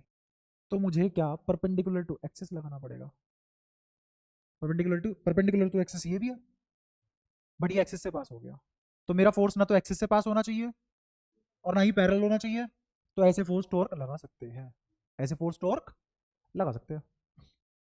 अब मुझे बताओ क्या ये दोनों कभी भी टॉर्क पैदा कर देंगे? ठीक है, क्योंकि जिस एक्सिस के अबाउट रिंग ये कोयल घूमेगी उसी एक्सिस से ये दोनों फोर्स पास हो रहे हैं। ठीक है, अब एक फोर्स तो लगा यहाँ, एक फोर्स लगा यहाँ, क्या ये दोनों एक्सिस से पास हो रहे हैं? क्या एक्सिस से पैरेलल है? तो ये क्या लगा देंगे? तो कौन से दो फोर्सेस टॉर्क लगाएंगे? ठीक है, और उसमें से कोई सा भी एक फोर्स और दोनों के बीच की परपेंडिकुलर दूरी ले लेंगे। क्या ऑलरेडी यहाँ पे परपेंडिकुलर ही है दूरी, दूरी यहाँ पे ऑलरेडी परपेंडिकुलर है, तो ये वाली दूरी क्या है? यही तो परपेंडिकुलर दूरी है ना इधर, कितनी है ये? बी। तो कौन से वाला क्या लिखूंगा मैं इसकी इसकी जगह? आर की जगह क्या लिखूंगा? बी। और एफ की जगह क्या लिखूंगा? I L B, I L B. समझ आया टोर कैसे लिखते हैं? तो ये जो मैंने टोर लिखा है ये क्या एक स्पेशल सिचुएशन के लिए लिखा है जो कि ये है। अब हम अगली स्लाइड पे ये सिचुएशन पढ़ेंगे, सही है? अब ऐसे ही मुझे बताओ इस सिचुएशन के लिए क्या लगेगा टॉर्क, कैसे पता? क्योंकि अब ध्यान से सुनना, ये कोयल है ना, यहाँ पे ज्यादा टाइम नहीं लगेगा, बना ही देते हैं। ये है कोयल, करंट ऐसे चला गया, सेम चीज है, लेंथ यहाँ है, मैग्नेटिक फील्ड उधर है, तो फोर्स अंदर, फोर्स अंदर, कोयल ऐसे है, यहाँ इस वाले में फोर्स बाहर, इन दोनों के फोर्स ऊपर नीचे है, सेम सिचुएशन है, कपल लगेगा, ये टॉर्क आ जाएगा। तो अब कौन सा सही है, ये की है ना, ये वाला गलत है। अब सुनना ध्यान से, ये कोयल है, मैग्नेटिक फील्ड उधर है, ये एल है, समझ पा रहे हो, एल ऊपर है, मैग्नेटिक फील्ड उधर है, फोर्स कहाँ आया, राइट हैंड नीचे, मैग्नेटिक फील्ड उधर, फोर्स कहाँ आया, बाहर की तरफ, के एक्सिस से पास हो रहे हैं, यहाँ है एक्सिस, क्या ये दोनों फोर्स एक्सिस से पास हो रहे हैं, ये फोर्स ऐसे बना, ये फोर्स ऐसे बना, एक्सिस यहाँ है, तो दोनों फोर्स एक्सिस से पास नहीं हो रहे, कौन सा टॉर्क, और इनसे तो आएंगे ही ऊपर नीचे, तो इस सिचुएशन में टॉर्क क्या है, इफ इफ अच्छा इसका एरिया वेक्टर बनाता हूं, तो एरिया वेक्टर यहां आएगा ना, और क्योंकि मैंने ये बिल्कुल ऐसे बनाई हुई है, तो इसका एरिया वेक्टर ऐसे होगा, और मैंने मैग्नेटिक फील्ड कहां से कहां लिया था, आया समझ, मुझसे दीवार की तरफ, और एरिया वेक्टर भी कहां है, तो एरिया वेक्टर क्या ऐसे ही ना बना लूं, ये एरिया वेक्टर इसका, समझ आया, तो एरिया वेक्टर और मैग्नेटिक फील्ड के बीच का एंगल कितना है, ए इज परपेंडिकुलर या अलोंग बी, अगर एरिया वेक्टर बी के अलोंग आ जाता है, इस सिचुएशन में टॉर्क जीरो लग जाता है, याद रहेगा, और यहां पे एरिया वेक्टर या बाहर की तरफ या अंदर की तरफ, जिधर मैग्नेटिक फील्ड है आएगा इसका मैग्नेटिक डायपोल मोमेंट आएगी, एम कहां बनेगा, एम कैसा है ये, क्लॉकवाइज, तो क्रॉस, तो मतलब ऐसे बनेगा, एरिया वेक्टर भी उधर मान लो, क्यों लॉजिक है, अभी समझाया था थोड़ी देर पहले, तो एरिया वेक्टर भी यहीं आ गया, एरिया वेक्टर और बी के बीच, तो टॉर्क आएगा, और टॉर्क ये जो तुमने लिखा है ये किसके लिए लिखा है, इसी के लिए लिखा है, अब समझ में आया, ये फॉर्मूला एक्चुअल में इस सिचुएशन के लिए था, थीटा 90 है ना, फोर्स और आर के बीच में, जो फोर्स और आर के बीच में एंगल होगा वही किस किस के बीच में एंगल होगा, जो फोर्स और आर के बीच में एंगल होगा वही ए और बी के बीच में एंगल होगा, ए बोले तो एप्पल, बी बोले तो बोल, एरिया वेक्टर और मैग्नेटिक फील्ड, तो एरिया वेक्टर और मैग्नेटिक फील्ड के बीच में जो एंगल होगा वही एंगल आर और एफ के बीच में होगा, टेंशन मतलब प्रूफ भी मिल जाएगा, अभी चलते चलते प्रूफ मिल जाएगा, सुनो अब ध्यान से और आगे की बात करते हैं। अब मैं निकाल रहा हूं जनरल सिचुएशन के लिए, तैयार हो, इमेजिनेशन थोड़ी सी अच्छी रखनी पड़ेगी, हाँ वो तुम्हारे लिए बहुत ज्यादा हो सकती है, बट है वो थोड़ी सी,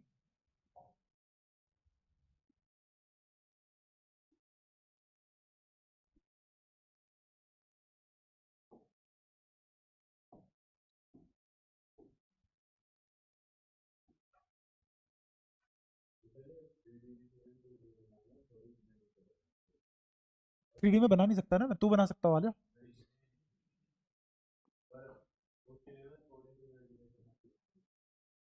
अब वो थोड़ी सी मांगी है मैंने, ज्यादा मांगी भी नहीं है,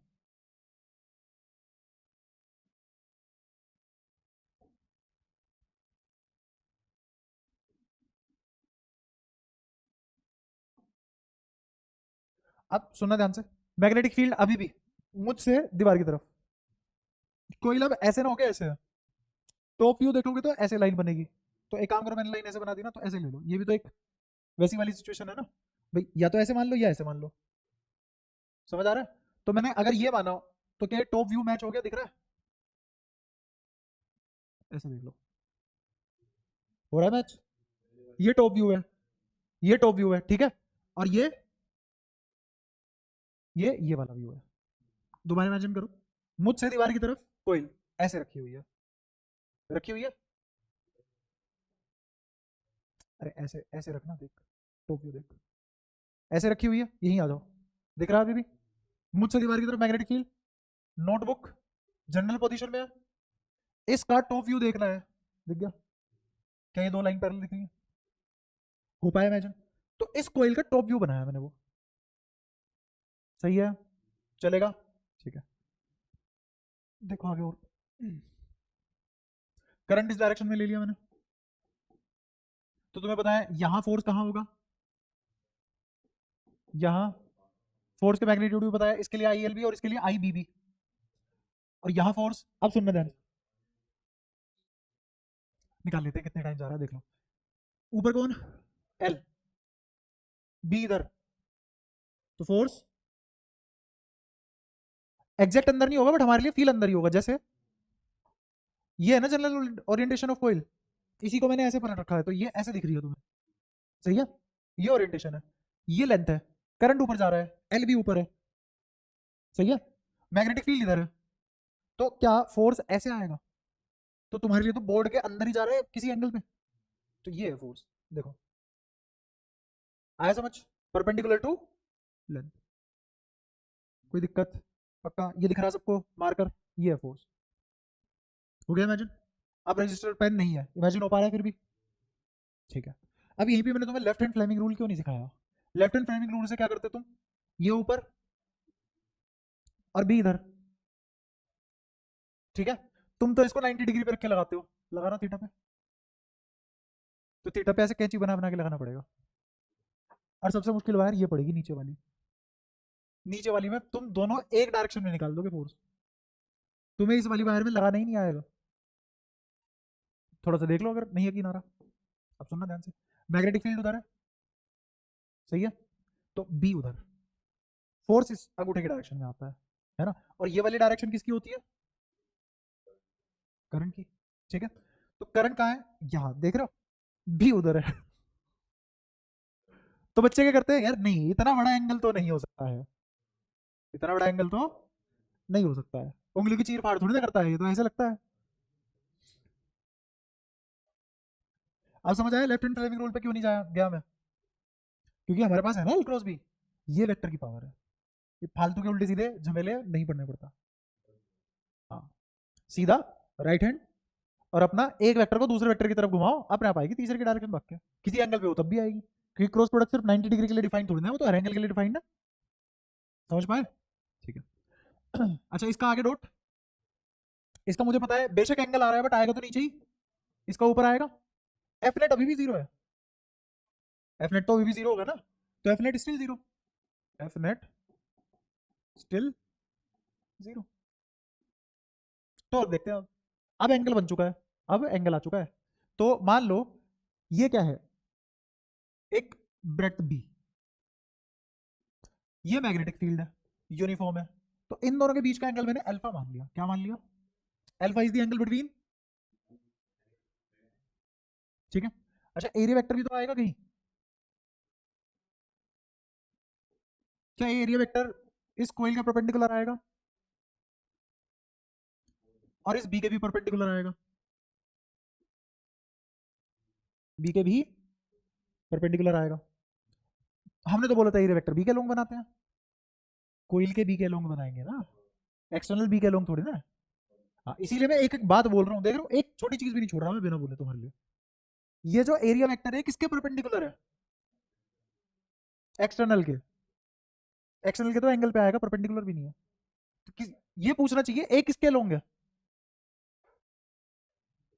ए किसके लोंग है, इस कोइल का जो खुद का मैग्नेटिक फील्ड होगा उसके लोंग है, उसके मैग्नेटिक डायपोल मोमेंट के लोंग है, बी एक्सटर्नल के लोंग नहीं है, तो जो मैंने तुम्हें ट्रिक बताई थी वो खुद ही की, बॉडी ने जो मैग्नेटिक फील्ड है, बॉडी का खुद का जो मैग्नेटिक फील्ड है उसके लोग बनता है एम, और उसी साइड मानते हैं ए, लेकिन ये जो बाहर बी है, ये बी इस कोइल का है क्या, नहीं, ये तो एक्सटर्नल मैग्नेटिक फील्ड है ना, तो उसका इससे क्या लेने देना, हाँ। अब इस डायग्राम का टॉप व्यू मैंने यहां बना दिया, ये लेंथ क्या है ब्रेड बी, सही बात है, अच्छा। और एरिया वेक्टर,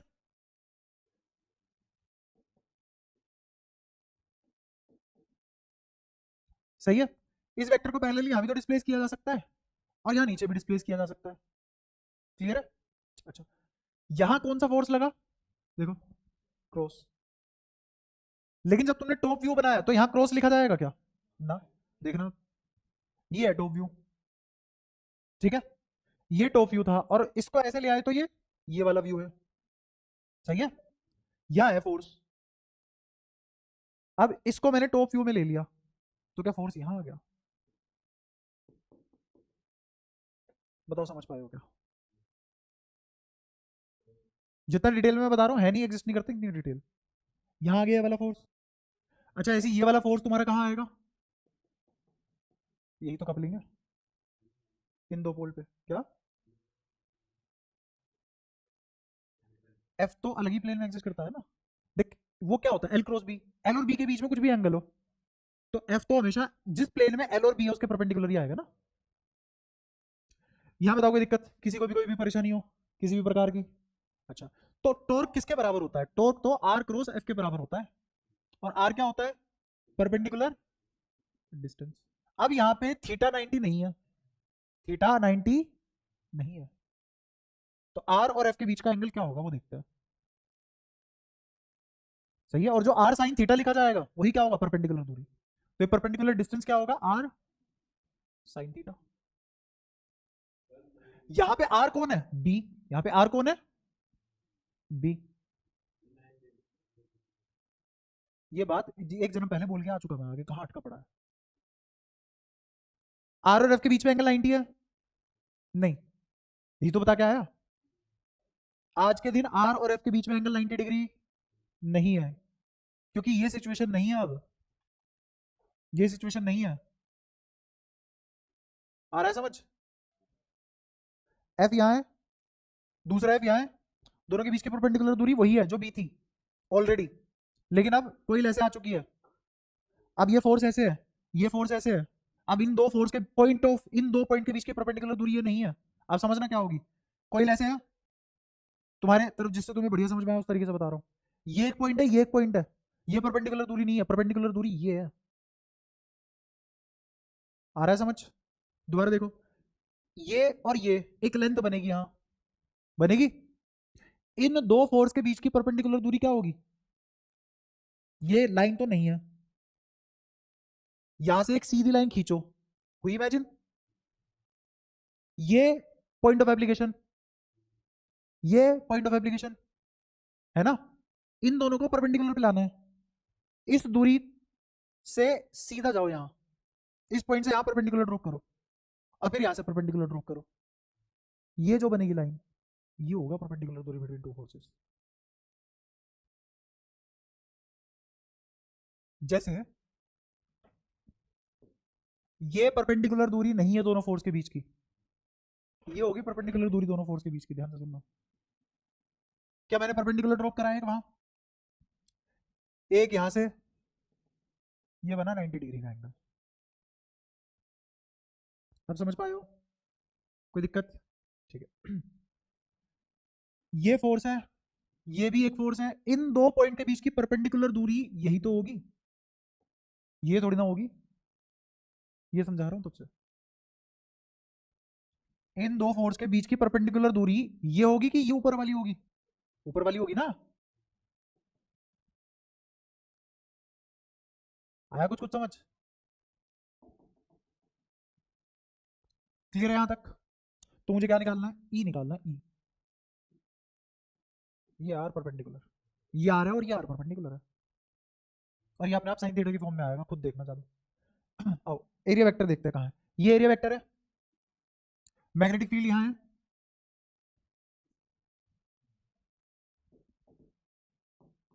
सीधा बना दूंगा सर,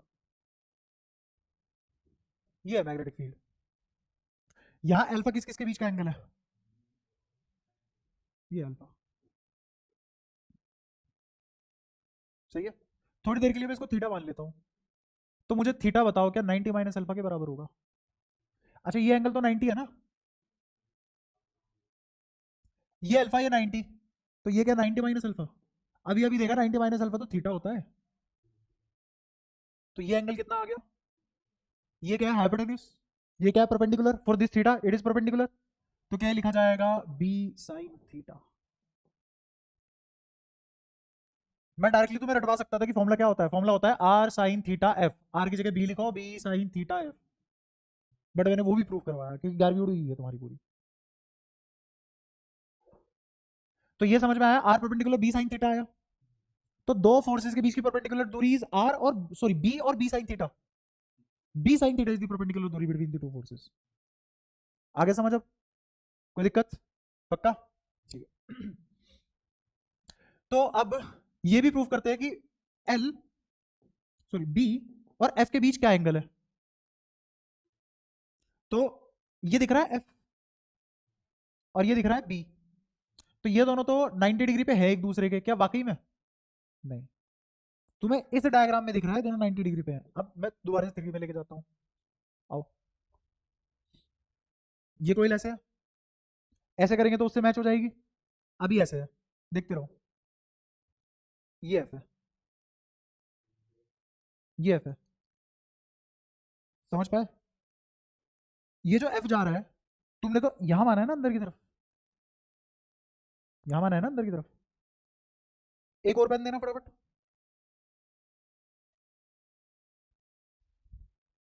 ये अंदर की तरफ है, इस पेन की निब पॉइंट आउट करेगी, ये बाहर की तरफ है। अब इन दोनों फोर्स के बीच की परपेंडिकुलर दूरी ये बनेगी, वही इमेजिन, क्लियर है? तो अब मेरा ये वाला प्लेन, ये वाली लाइन जो बी है, वो थोड़ी ना फोर्स के साथ 90 डिग्री का एंगल बना रही है, देखो। अगर ये 90 बनाती तो यही परपेंडिकुलर दूरी ना हो जाती बीच की, समझ ही नहीं रहे? हाँ। अब जो ये एक्यूट वाला एंगल बन रहा है, ये वाला दिख रहा है, ये वाला एंगल, ये एंगल दिख रहा है, ये वाला एंगल निकालना है मुझे, समझे? इस वाले एंगल के लिए यहां जो एंगल बनेगा, इस वाले एंगल के लिए ही तो ये परपेंडिकुलर बना, और वही तो थीटा था। तो इसका मतलब जो बी और एफ के बीच का एंगल है, वही ए और बी के बीच का एंगल है। अगेन तुम्हें शब्दों में समझ नहीं आया होगा, आप बोलता हूं स्मॉल बी और एफ के बीच का जो एंगल है वो भी थीटा है, और कैपिटल ए एरिया वेक्टर और कैपिटल बी जो मैग्नेटिक फील्ड है उनके बीच का भी एंगल थीटा है, सही है? तो ये एरिया वेक्टर दिखा, ये भी दिखा, दोनों के बीच का एंगल, और ये आई बात समझ में? तो अब सारी चीजें रिलेट होगी, हर चीज मैंने प्रूव कर दी, क्लियर? तो टोर का फॉर्मूला क्या लिखा जाएगा यहाँ पे? टोर का फॉर्मूला लिखा जाएगा आर परपेंडिकुलर कितना आया, बी साइन थीटा, और फोर्स क्या है यहाँ पे, कौन से वाला फोर्स लेंगे? फोर्स कौन से वाली वायर पे है? इन वाली वायर्स पे है ना, और इन वाली वायर्स के लिए आई एल बी, तो आई एल बी। अच्छा, ये एल और ये बी दोनों की क्रॉस प्रोडक्ट क्या देती है? एरिया वेक्टर, और दोनों का मैग्नीट्यूड क्या है? एरिया वेक्टर का मैग्नीट्यूड, तो ये क्या लिखा जाएगा? ए बी साइन थीटा, है ना? और एक आई छोड़ दिया तुमने यहां जो छुप गया था, for N number of turns, for N number of turns, ये अगर एक टर्न के लिए तो एन टर्न के लिए से एन से मल्टीप्लाई कर देंगे, तो टाउ किसका किसके बराबर हो जाएगा? N I A B sine theta. आज समझ में आया? वो जो मूविंग कॉइल कैलकुलेटर बिना साइन थीटा यूज किया था वो ये था, क्लियर है? हो गया आज पूरी डेरिवेशन इसकी, समझ में आ भी चुकी है? अच्छा, अब इतने से हिस्से को क्या बोलते हैं? अभी अभी पढ़ा है, मैग्नेटिक मोमेंट, मैग्नेटिक मोमेंट। तो टोर्क किसके बराबर आ गया? Magnetic moment M B sine theta. अब याद करो, ये तो हमने अच्छे से तमीज में कोयल से प्रूफ करा है ना, क्यों इलेक्ट्रोस्टैट से कंपेयर करते हैं? क्योंकि ये तो मैंने कोयल से प्रूफ करा है, बाहर मैग्नेट बानी भी नहीं मैंने, बढ़िया वाले रास्ते से गए हैं। अगर तुम्हें याद हो, torque due to electric field क्या आता था? P magnetic, sorry electric dipole moment, M magnetic dipole moment, E electric field, B magnetic field, सही थीटा, सही थीटा। ये किसके बराबर आया करता था? P cross E. तो ये किसके बराबर आएगा? एम क्रॉस, हाँ एम और बी मैग्नीट्यूड, और डायरेक्शन कैसे निकालेंगे? एम क्रॉस बी से। एम मैग्नेटिक वेक्टर है, मैग्नेटिक डायपोल मोमेंट वेक्टर है, और बी मैग्नेटिक फील्ड है, तो मैग्नेटिक डायपोल मोमेंट तो यहां आएगी। अगर करंट ऐसे गया, अगर करंट ऐसे गया, कैसे गया? क्लॉकवाइज, तो यहां आएगी, सॉरी ऐसे आएगी, अंदर जाती है, अंदर जाती है। एरिया वेक्टर बाहर की तरफ मान लिया, समझ तो आई गया ना तुम्हें? अंदर मानते तो भी तो वही लिखा जाता, कोई दिक्कत? तो इसीलिए तो मैं यहाँ समझने में थोड़ा सा फर्क आया, क्योंकि एरिया वेक्टर मैंने बाहर की तरफ लिया हुआ था, अंदर जाता हुआ लेना था। तो मुझे करंट अगर एंटी क्लॉकवाइज लेता तो एरिया वेक्टर बाहर की तरफ मान सकता था मैं, और अगर एरिया वेक्टर बाहर की तरफ मान लेता तो मेरे फोर्स की डायरेक्शन पलट जाती, ये ऊपर चला जाता, यार नीचे आ जाता, बात तो वही पड़ती, उससे कोई फर्क नहीं पड़ा हमें, ठीक है? अच्छा, तो मैग एम यहाँ आया मेरा, और इसी के लोग क्या मानते हैं? एरिया वेक्टर, समझ आया? तो अब मैं तुम्हें ये भी जस्टिफाई कर दिया कि क्यों B A M same direction में मान लेते हैं, क्योंकि एक दूसरे को इंप्लीमेंट करते हैं, सही है? ज्यादा कोई परेशानी? तो अब ये एम दिख रहा है तुम्हें अंदर जाता हुआ, बी दिख रहा है इधर, तो एम क्रॉस बी करेंगे, तो टॉर्क कहाँ आएगा? नीचे। और मैंने पहले ही बताया था ये सारे एक्सियल वेक्टर होते हैं, जितने भी रोटेटिंग वेक्टर होते हैं वो सारे कैसे होते हैं? Axial vector. मतलब कहाँ आएंगे? Along the axis. तो आया ना अलोंग द एक्सिस टॉर्क नीचे। समझ आया? तो टॉर्क कहाँ लगा? डाउनवर्ड्स। तो नेट टॉर्क डाउनवर्ड आया। नेट टॉर्क, इसका मतलब कोई नीचे चली जाएगी? नहीं। कोई नीचे की तरफ मूव करेगी? नहीं। इसको एक्सियल सपोर्ट कहाँ मिलेगी? नीचे की तरफ। इसका एम क्रॉस बी कहाँ आना चाहिए? नीचे की तरफ। ये मतलब है टाउ की डायरेक्शन का। लेकिन घूमेगी कैसे? घूमेगी कैसे? सुनना ध्यान से। एरिया वेक्टर यहाँ है। क्यों? क्योंकि हम यहाँ है। मैग्नेटिक फील्ड यहाँ है। मैग्नेटिक फील्ड यहाँ है। तो एरिया वेक्टर को मैग्नेटिक फील्ड की तरफ अलाइन करवाएंगे। अगर एरिया वेक्टर मैग्नेटिक फील्ड के लूंगा गया तो टॉर्क क्या हो जाएगी? जीरो। और जब घूमेगा ही नहीं तो मतलब मूव नहीं कर रहा ना, तो मतलब कोई काइनेटिक एनर्जी नहीं है। इसका मतलब सारी पोटेंशियल है। तो क्या मैक्सिमम पोटेंशियल आएगी यहाँ? सोच लो। टॉर्क ही नहीं आएगी। टॉर्क ही जीरो है, पोटेंशियल एनर्जी जीरो है, एनर्जी ही नहीं है। हाँ, एनर्जी ही नहीं है। तो क्या मिनिमम पोटेंशियल एनर्जी स्टेट में है? तो तुम्हें ये भी समझ में आता होगा कि ये ऐसे क्यों घूमा। मतलब मिनिमम पोटेंशियल एनर्जी स्टेट इसे कहाँ मिलेगी? जब एरिया वेक्टर मैग्नेटिक फील्ड के अलोन अलाइन हो जाएगा। अच्छा, एरिया वेक्टर तो हमने ये बोला हुआ है ना कि मैग्नेटिक डायपोल मोमेंट के अलोंग है। तो इसका मतलब बी एक्सटर्नल एक ही इच्छा रखता है कि इस एम को अपने अलोंग कराना। और नई बात नहीं है हमारे लिए। क्यों? एक्सटर्नल इलेक्ट्रिक फील्ड भी क्या करता था? इस पी को अपने अलोंग, क्योंकि वही मिनिमम पोटेंशियल एनर्जी स्टेट थी। ये क्या करेगा? एम को बी एक्सटर्नल क्या करेगा? ये बी एक्सटर्नल है। ये बी एक्सटर्नल क्या करेगा? किसको? एम को मैग्नेटिक डायपोल मोमेंट को अपने अलोंग लाएगा, क्योंकि वही मिनिमम पोटेंशियल एनर्जी स्टेट मिलेगी। समझ आया? या तो कोई परेशानी? ठीक है। तो अब मैंने दोनों चीजें रिलेट करा दी, फॉर्मूला प्रूव भी करा दिया। हाँ, जब भी डाउनवर्ड आएगा। ठीक है। जैसे एक रोज बी करे तो एक रोज बी करने से, क्योंकि ए भी मैंने कहा माना हुआ है, ए ये नहीं है असलियत में, ए अंदर की तरफ है। ए एक्चुअल में ये है, ये एक्चुअल में है। ठीक है। तो बात तो वही पड़ गई ना, ये है ए, घूमेगा इधर। तो करो एक रोज बी, कहाँ आया? डाउनवर्ड। सही है। सारी बातें कितनी भी तरीके से कर लो, बात तो वही आनी है। हाँ, कौन सा फोर्स? हाँ, एल के तो परपेंडिकुलर ही आएगा। जैसे मानो, हाँ, जैसे एक और एग्जांपल देख लो। ये कितने डिग्री पे है इसके? एल के कितने डिग्री पे है? एल के कितने डिग्री पे है? 90। ये 90 पे, ये क्यों? क्योंकि ये एक लेंथ है, ये एक लेंथ है। तो ये एक लेंथ है, सुनते रहना, ये एक, बताओ कितना एंगल? इसलिए एल के तो ये परपेंडिकुलर ही आएगा, इसीलिए क्रॉस बनाया हुआ है। लेकिन जो एरिया है, ये जो एरिया है, इसके अभी 90 डिग्री पे नहीं है। समझ आया? एल के तो हमेशा 90 डिग्री पे होगा, लेकिन एरिया के थोड़े 90 डिग्री पे होगा। क्लियर हुआ? ये फर्क है। यही तुम्हें कंफ्यूजन है। हाँ, मैंने सीधे क्यों बना दिए। ये 90 डिग्री जो मैं बना रहा हूं, ये किस किस के बीच का एंगल बना रहा हूं? बी और एफ के बीच का, या एल और एफ के बीच का? एल और एफ के बीच का। बी और एफ के बीच का 90 नहीं है। तो ये जो एंगल बन रहा है, ये वाला angle, not between B and F, but between L and F. हाँ, बी एंड एफ के बीच में तो एंगल थीटा है ना, तभी तो ये परपेंडिकुलर बना, और परपेंडिकुलर दूरी आई हमारी। अगर ये ऑलरेडी परपेंडिकुलर होता, मैं इस साल इतना खर्चा पानी करता क्यों? वही लिखता। क्लियर सारी बातें? तो अब इसमें एक को पैसिफिक को कंफ्यूजन, ये कंफ्यूजन इतना टाइम लगा के हटती है, क्या कर सकते हैं, इतना टाइम लगाना पड़ा, वरना है नहीं इसमें कुछ खास करने को। ठीक है, आसान सा फॉर्मूला है। एम क्रॉस बी भी यही बात है, एम बी साइन थीटा भी वही है, N I A B sine theta भी वही है, सभी की बात है। किसी भी तरीके से कर लो, टॉर्क की डायरेक्शन वही आएगी जो ए क्रॉस बी की आएगी। क्लियर है? वही एम क्रॉस बी की आएगी। और टॉर्क हमेशा एक्सियल वेक्टर है, तो एक्सिस के अलोंग की डायरेक्शन आएगी। लेकिन इसका मतलब ये नहीं हो टॉप नीचे या नीचे की साइड रोटेशन करेगा, नहीं। रोटेशन तो वो आर के परपेंडिकुलर वी की डायरेक्शन में करेगा, और आर क्रॉस वी मुझे ओमेगा देगा, जो कि अलोंग एक्सिस आएगा, वही टाउ की डायरेक्शन में। तो ये एक्सियल वेक्टर वाला ज्ञान है, इसलिए कंफ्यूजन होती है कि साला टाउ तो नीचे है, ये ऐसे गोल गोल घूम रही है। और वो गोल गोल हमने कहां से सीखा, ये एरिया वेक्टर है, ये मैग्नेटिक फील्ड है, तो ये यहाँ घूमेगा। क्यों घूमेगा? क्योंकि एरिया वेक्टर मैग्नेटिक फील्ड के लॉन्ग करवाने से मिनिमम पोटेंशियल एनर्जी स्टेट मिलती है। कैसे मिलती है? प्रूफ भी है उसका, देख लो।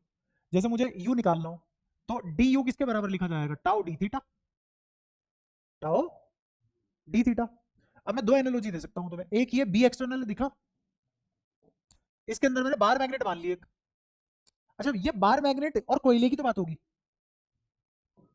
ये रही बार मैग्नेट, ये की बात है भाई। कोयल मेरे को ये इफेक्ट देती है ना, जैसे उसके सेंटर से बार मैग्नेट पास हो रही हो, बात तो वही है। तो ये बार मैग्नेट है, इसका पोल स्ट्रेंथ यहां होंगे ऐसे, ठीक है।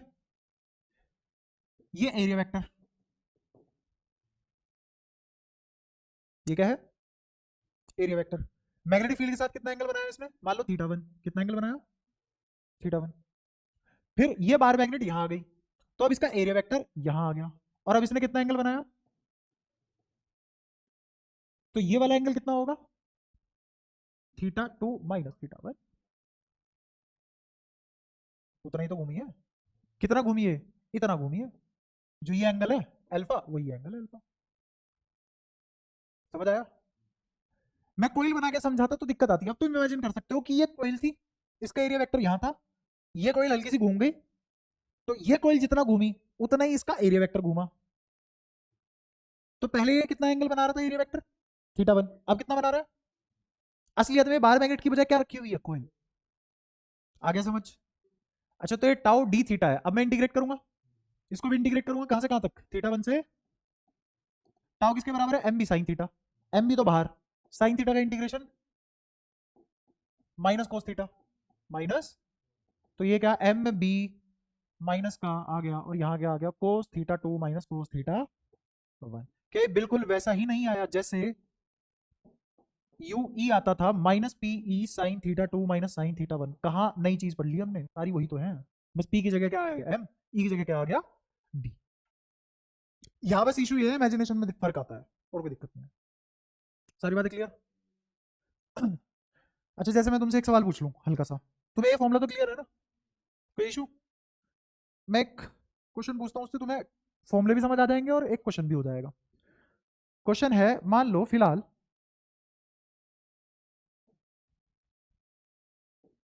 इसमें करंट ऐसे दौड़ रहा है, एक्सटर्नल मैग्नेटिक फील्ड ये है, बी एक्सटर्नल। कैसा होगा? यूनिफॉर्म। कैसा होगा? यूनिफॉर्म।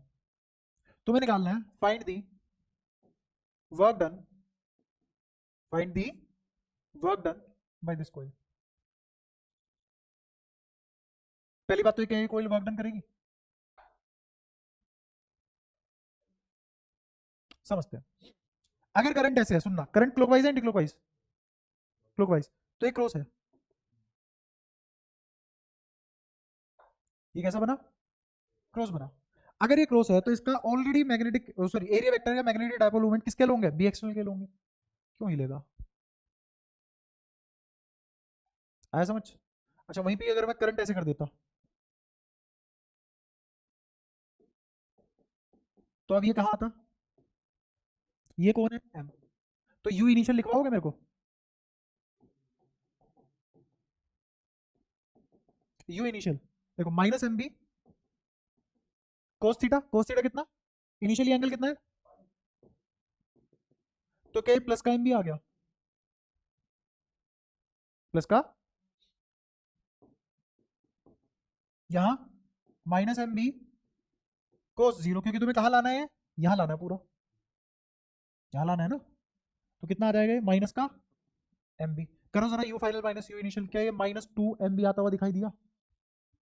मेरा बस ये पूछना है कि इस नेगेटिव का मतलब क्या है, कि जो मैंने निकाला वो work done by external agent है, और ये नेगेटिव बता रहा है कि एक्सटर्नल ने खुद नहीं, कुछ नहीं किया, खुद हुआ है।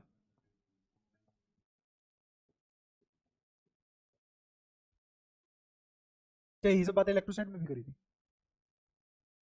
तो इसका मतलब ये जो हम लिख रहे हैं, ये work done by external agent है, कंजर्वेटिव फोर्स नहीं है। अगर कंजर्वेटिव फोर्स आता तो यहाँ पे क्या आ जाता? Cos theta minus one, cos theta one minus cos theta two आ जाता, अगर ये बाय कंजर्वेटिव फोर्स होता। बट ये एक्सटर्नल एजेंट के थ्रू किया गया वर्क डन है, तो यहाँ एक्सटर्नल एजेंट के थ्रू किया गया वर्क डन नेगेटिव आ रहा है, इसका मतलब हमने नहीं किया, हमें उल्टा वर्क डन मिला। ठीक है? बताओ यहां तक कोई भी दिक्कत हो? अब जो मैं लाइन बोलूंगा समझ में आती है तो ठीक है, नहीं समझ में आती तो भूल जाना है, कोई मतलब नहीं हमारे सिलेबस से उसका।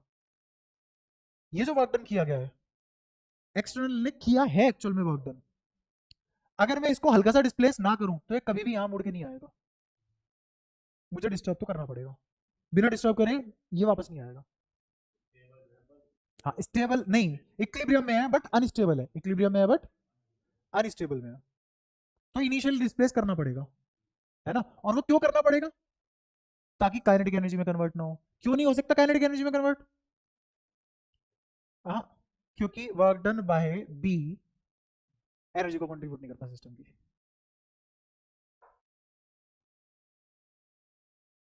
समझ गए? बढ़े आगे? यहां तक बता, सारी बातें क्लियर हुई, कुछ भी नहीं छोड़ा हमने, एक एक फॉर्मूला पढ़ लिया, और ये भी अप्लाई करना सिखा दिया मैंने तुम्हें, डेरिवेशन भी होगी, सारी बातें होगी, बस थोड़ी सी देर और, क्योंकि मूविंग कोइल गैल्वेनोमीटर होती चैप्टर ही खत्म हो जाएगा ये, 15 मिनट में तो पहुंच जाओगे। अब 6:20 पे क्यों होने लग गई? देखो सामने देखो, फटाफट देख लो।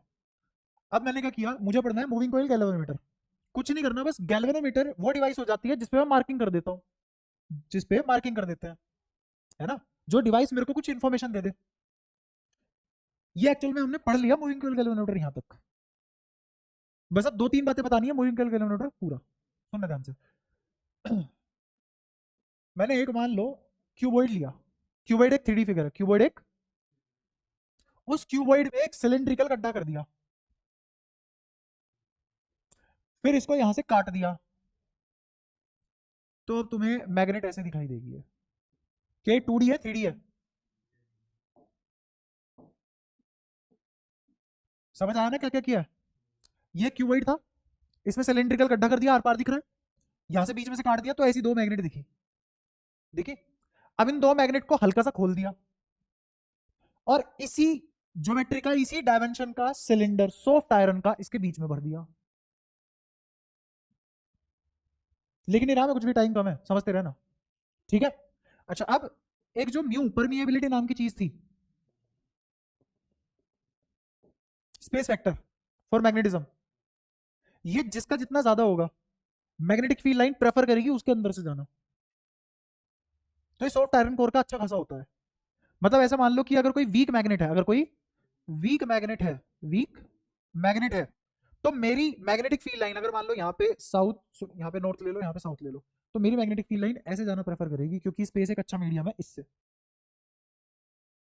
अगर मेरी मैग्नेट इंटरमीडिएटली स्ट्रॉन्ग है,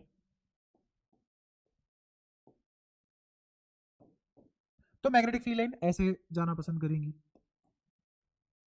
और अगर मेरा मीडियम स्ट्रॉन्ग मैग्नेटिक फील्ड है, तो ये बाहर से जाने ही नहीं देगा, ये सारी लाइनें अंदर से जाएंगी ड्यू टू परमिएबिलिटी। ये कहां सीखेंगे हम? अगले चैप्टर में। ये कहां सीखेंगे? अगले चैप्टर की बात मैं यहां यूज कर रहा हूं, अगले चैप्टर की बात मैं यहां यूज कर रहा हूं। ये सॉफ्ट आयरन है, स्ट्रॉन्ग मैग्नेटिक फील्ड देता है, क्यों? क्योंकि आउटर मोस्ट शेल में कितने इलेक्ट्रॉन होते हैं आयरन के, और इलेक्ट्रॉनिक कॉन्फ़िगरेशन क्या लिखी जाती है इनकी, लास्ट की बोलो ना। हाँ 3D, जल्दी बोलो 3D,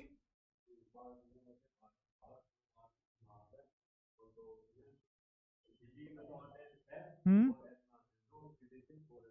3D6 4s2, एस पूरा भरा हुआ है, उसकी वजह से कोई मैग्नेटिज्म नहीं आएगा। अच्छा, और कितने अनपेयर्ड इलेक्ट्रॉन बचे हैं मेरे डी में? 4 अनपेयर्ड इलेक्ट्रॉन बचे हैं, बहुत ज्यादा है। तो अगर मुझे मैग्नेटिक मूवमेंट लिखना पड़ जाए, जिसको तुम पोल स्ट्रेंथ बोलते हैं हम इधर, हो रहा है रिलेट केमिस्ट्री से, तो ये क्या लिखा जाएगा? बोर मैग्नेटोन, याद आया कुछ कुछ? ये काफी बड़ा आता है, किसका? सॉफ्ट आयरन का। क्यों? क्योंकि इसमें अनपेयर्ड इलेक्ट्रॉन 4 है, ऐसे होती है चीज रिलेट। तो अब इसका स्ट्रॉन्ग है, तो ये बाहर से थोड़ा नहीं जाने देगा लाइन है, क्या लाइन है अब ऐसे जा पाएंगी ना? क्या अब लाइनें ऐसे नहीं जाएंगी?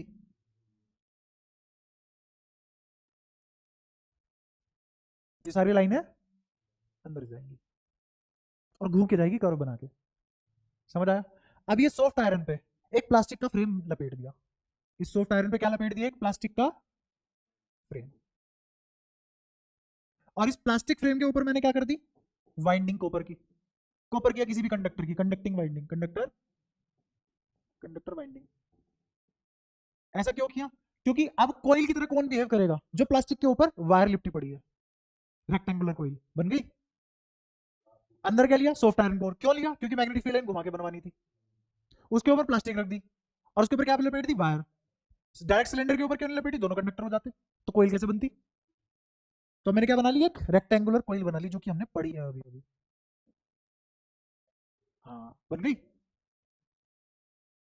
अब मुझे बताओ, क्या इसका एरिया वेक्टर यहां होगा? जैसे ऐसे टेढ़ी है तो इसका एरिया वेक्टर यहां होगा। तुम्हें कोई ना कोई लाइन मिल जाएगी जो यहां से पास होगी, और जो यहां से ओरिजिनेट होगी, यहां से जो ओरिजिनेट होगी वो इस एरिया वेक्टर के, अच्छा, और एक कोई ना कोई लाइन तुम्हें ऐसी भी मिल जाएगी जो यहां से पास होगी, और कोई लाइन यहां से भी पास होगी। अब ध्यान से सुनना, ये लाइन यहां से गई और ये लाइन यहां से ऐसे निकल गई, ऐसे फील होगा तुम्हें, है ना? तो यहाँ 90 डिग्री पे चलेगी, तो तुम्हें ऐसे नहीं लगेगा कि जैसे ये लाइन यहाँ से छूटी या फिर यहाँ से छूटी। अगर ये नॉर्थ है और ये साउथ है तो यहाँ से छूटी और यहाँ चली गई। डायग्राम अच्छे से नहीं बना पा रहा मैं, बट ऐसा फील होगा। और इसके एरिया वेक्टर का 90 डिग्री पे नहीं आ जाएगा। बाकी सारी लाइनों का क्या? बाकी सारी लाइन के लिए एरिया वेक्टर के लिए एग्जिस्ट नहीं करती। बाकी सारी लाइनें वो तो कोर के अंदर से जा रही है, इसीलिए प्लास्टिक पे एक वायर लपेटी हुई है, इसीलिए कोर, ये सिलेंडर नहीं लिया मैंने। समझ आ रहा है? इसीलिए सिलेंडर को प्लास्टिक फ्रेम है, प्लास्टिक फ्रेम के ऊपर वायर है। अच्छा, तो अच्छे से अगर मैं दिखाऊं डायग्राम तो ऐसा बनेगा, जैसे मान लो इसके ऊपर वायर लिपटी पड़ी है प्लास्टिक के ऊपर, और इसके नीचे सिलेंडर है, ठीक है? और मेरी मैग्नेटिक फील्ड लाइन,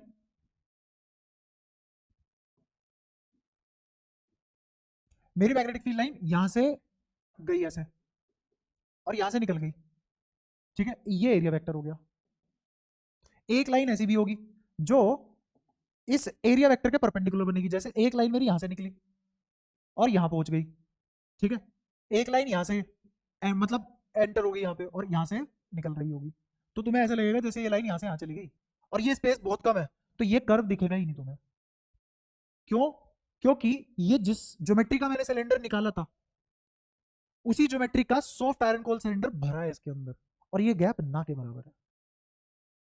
तो तुम्हें ऐसा लगेगा ये लाइन यहां से यहां तक तो सीधी है, यहां से यहां तक तो सीधी है, फिर निकलते टाइम यहां से यहां तक सीधी है, तो इसके लिए 90 डिग्री पे आ गया। ऐसा करने से क्या मैंने थीटा 90 डिग्री फिक्स करवा दिया? ये है इंजीनियरिंग, जुगाड़ करना। क्यों किया ऐसा? क्योंकि torque I N A B sine theta है, इसमें करंट थीटा, दो ऐसे फैक्टर जो वेरी करेंगे। गैल्वेनोमीटर क्या बताया? करंट जितना डिफ्लेक्ट हुआ उतना करंट, सही है? तो ये दो वेरिएबल एक साथ कैसे डील करूंगा मैं? इक्वेशन तो एक ही है, तो इसको हटा दिया हमेशा के लिए 90 करके, और अब मेरा फॉर्मूला वाकई में बिना साइन थीटा का बन गया। चाहिए नहीं साइन थीटा, क्यों? क्योंकि साइन 90 हो गया, क्योंकि साइन 91 हो गया हमेशा के लिए। और अब सिर्फ एक ही वेरिएबल है, कौन? करंट। और यही मूविंग कॉइल अब मेरे को करंट बता सकती है कितना है, अगर मैं इसको कैलिब्रेट कर दूं। कैलिब्रेट मतलब एक मल्टीप्लाइंग या स्केलिंग फैक्टर डाल के। आया समझ?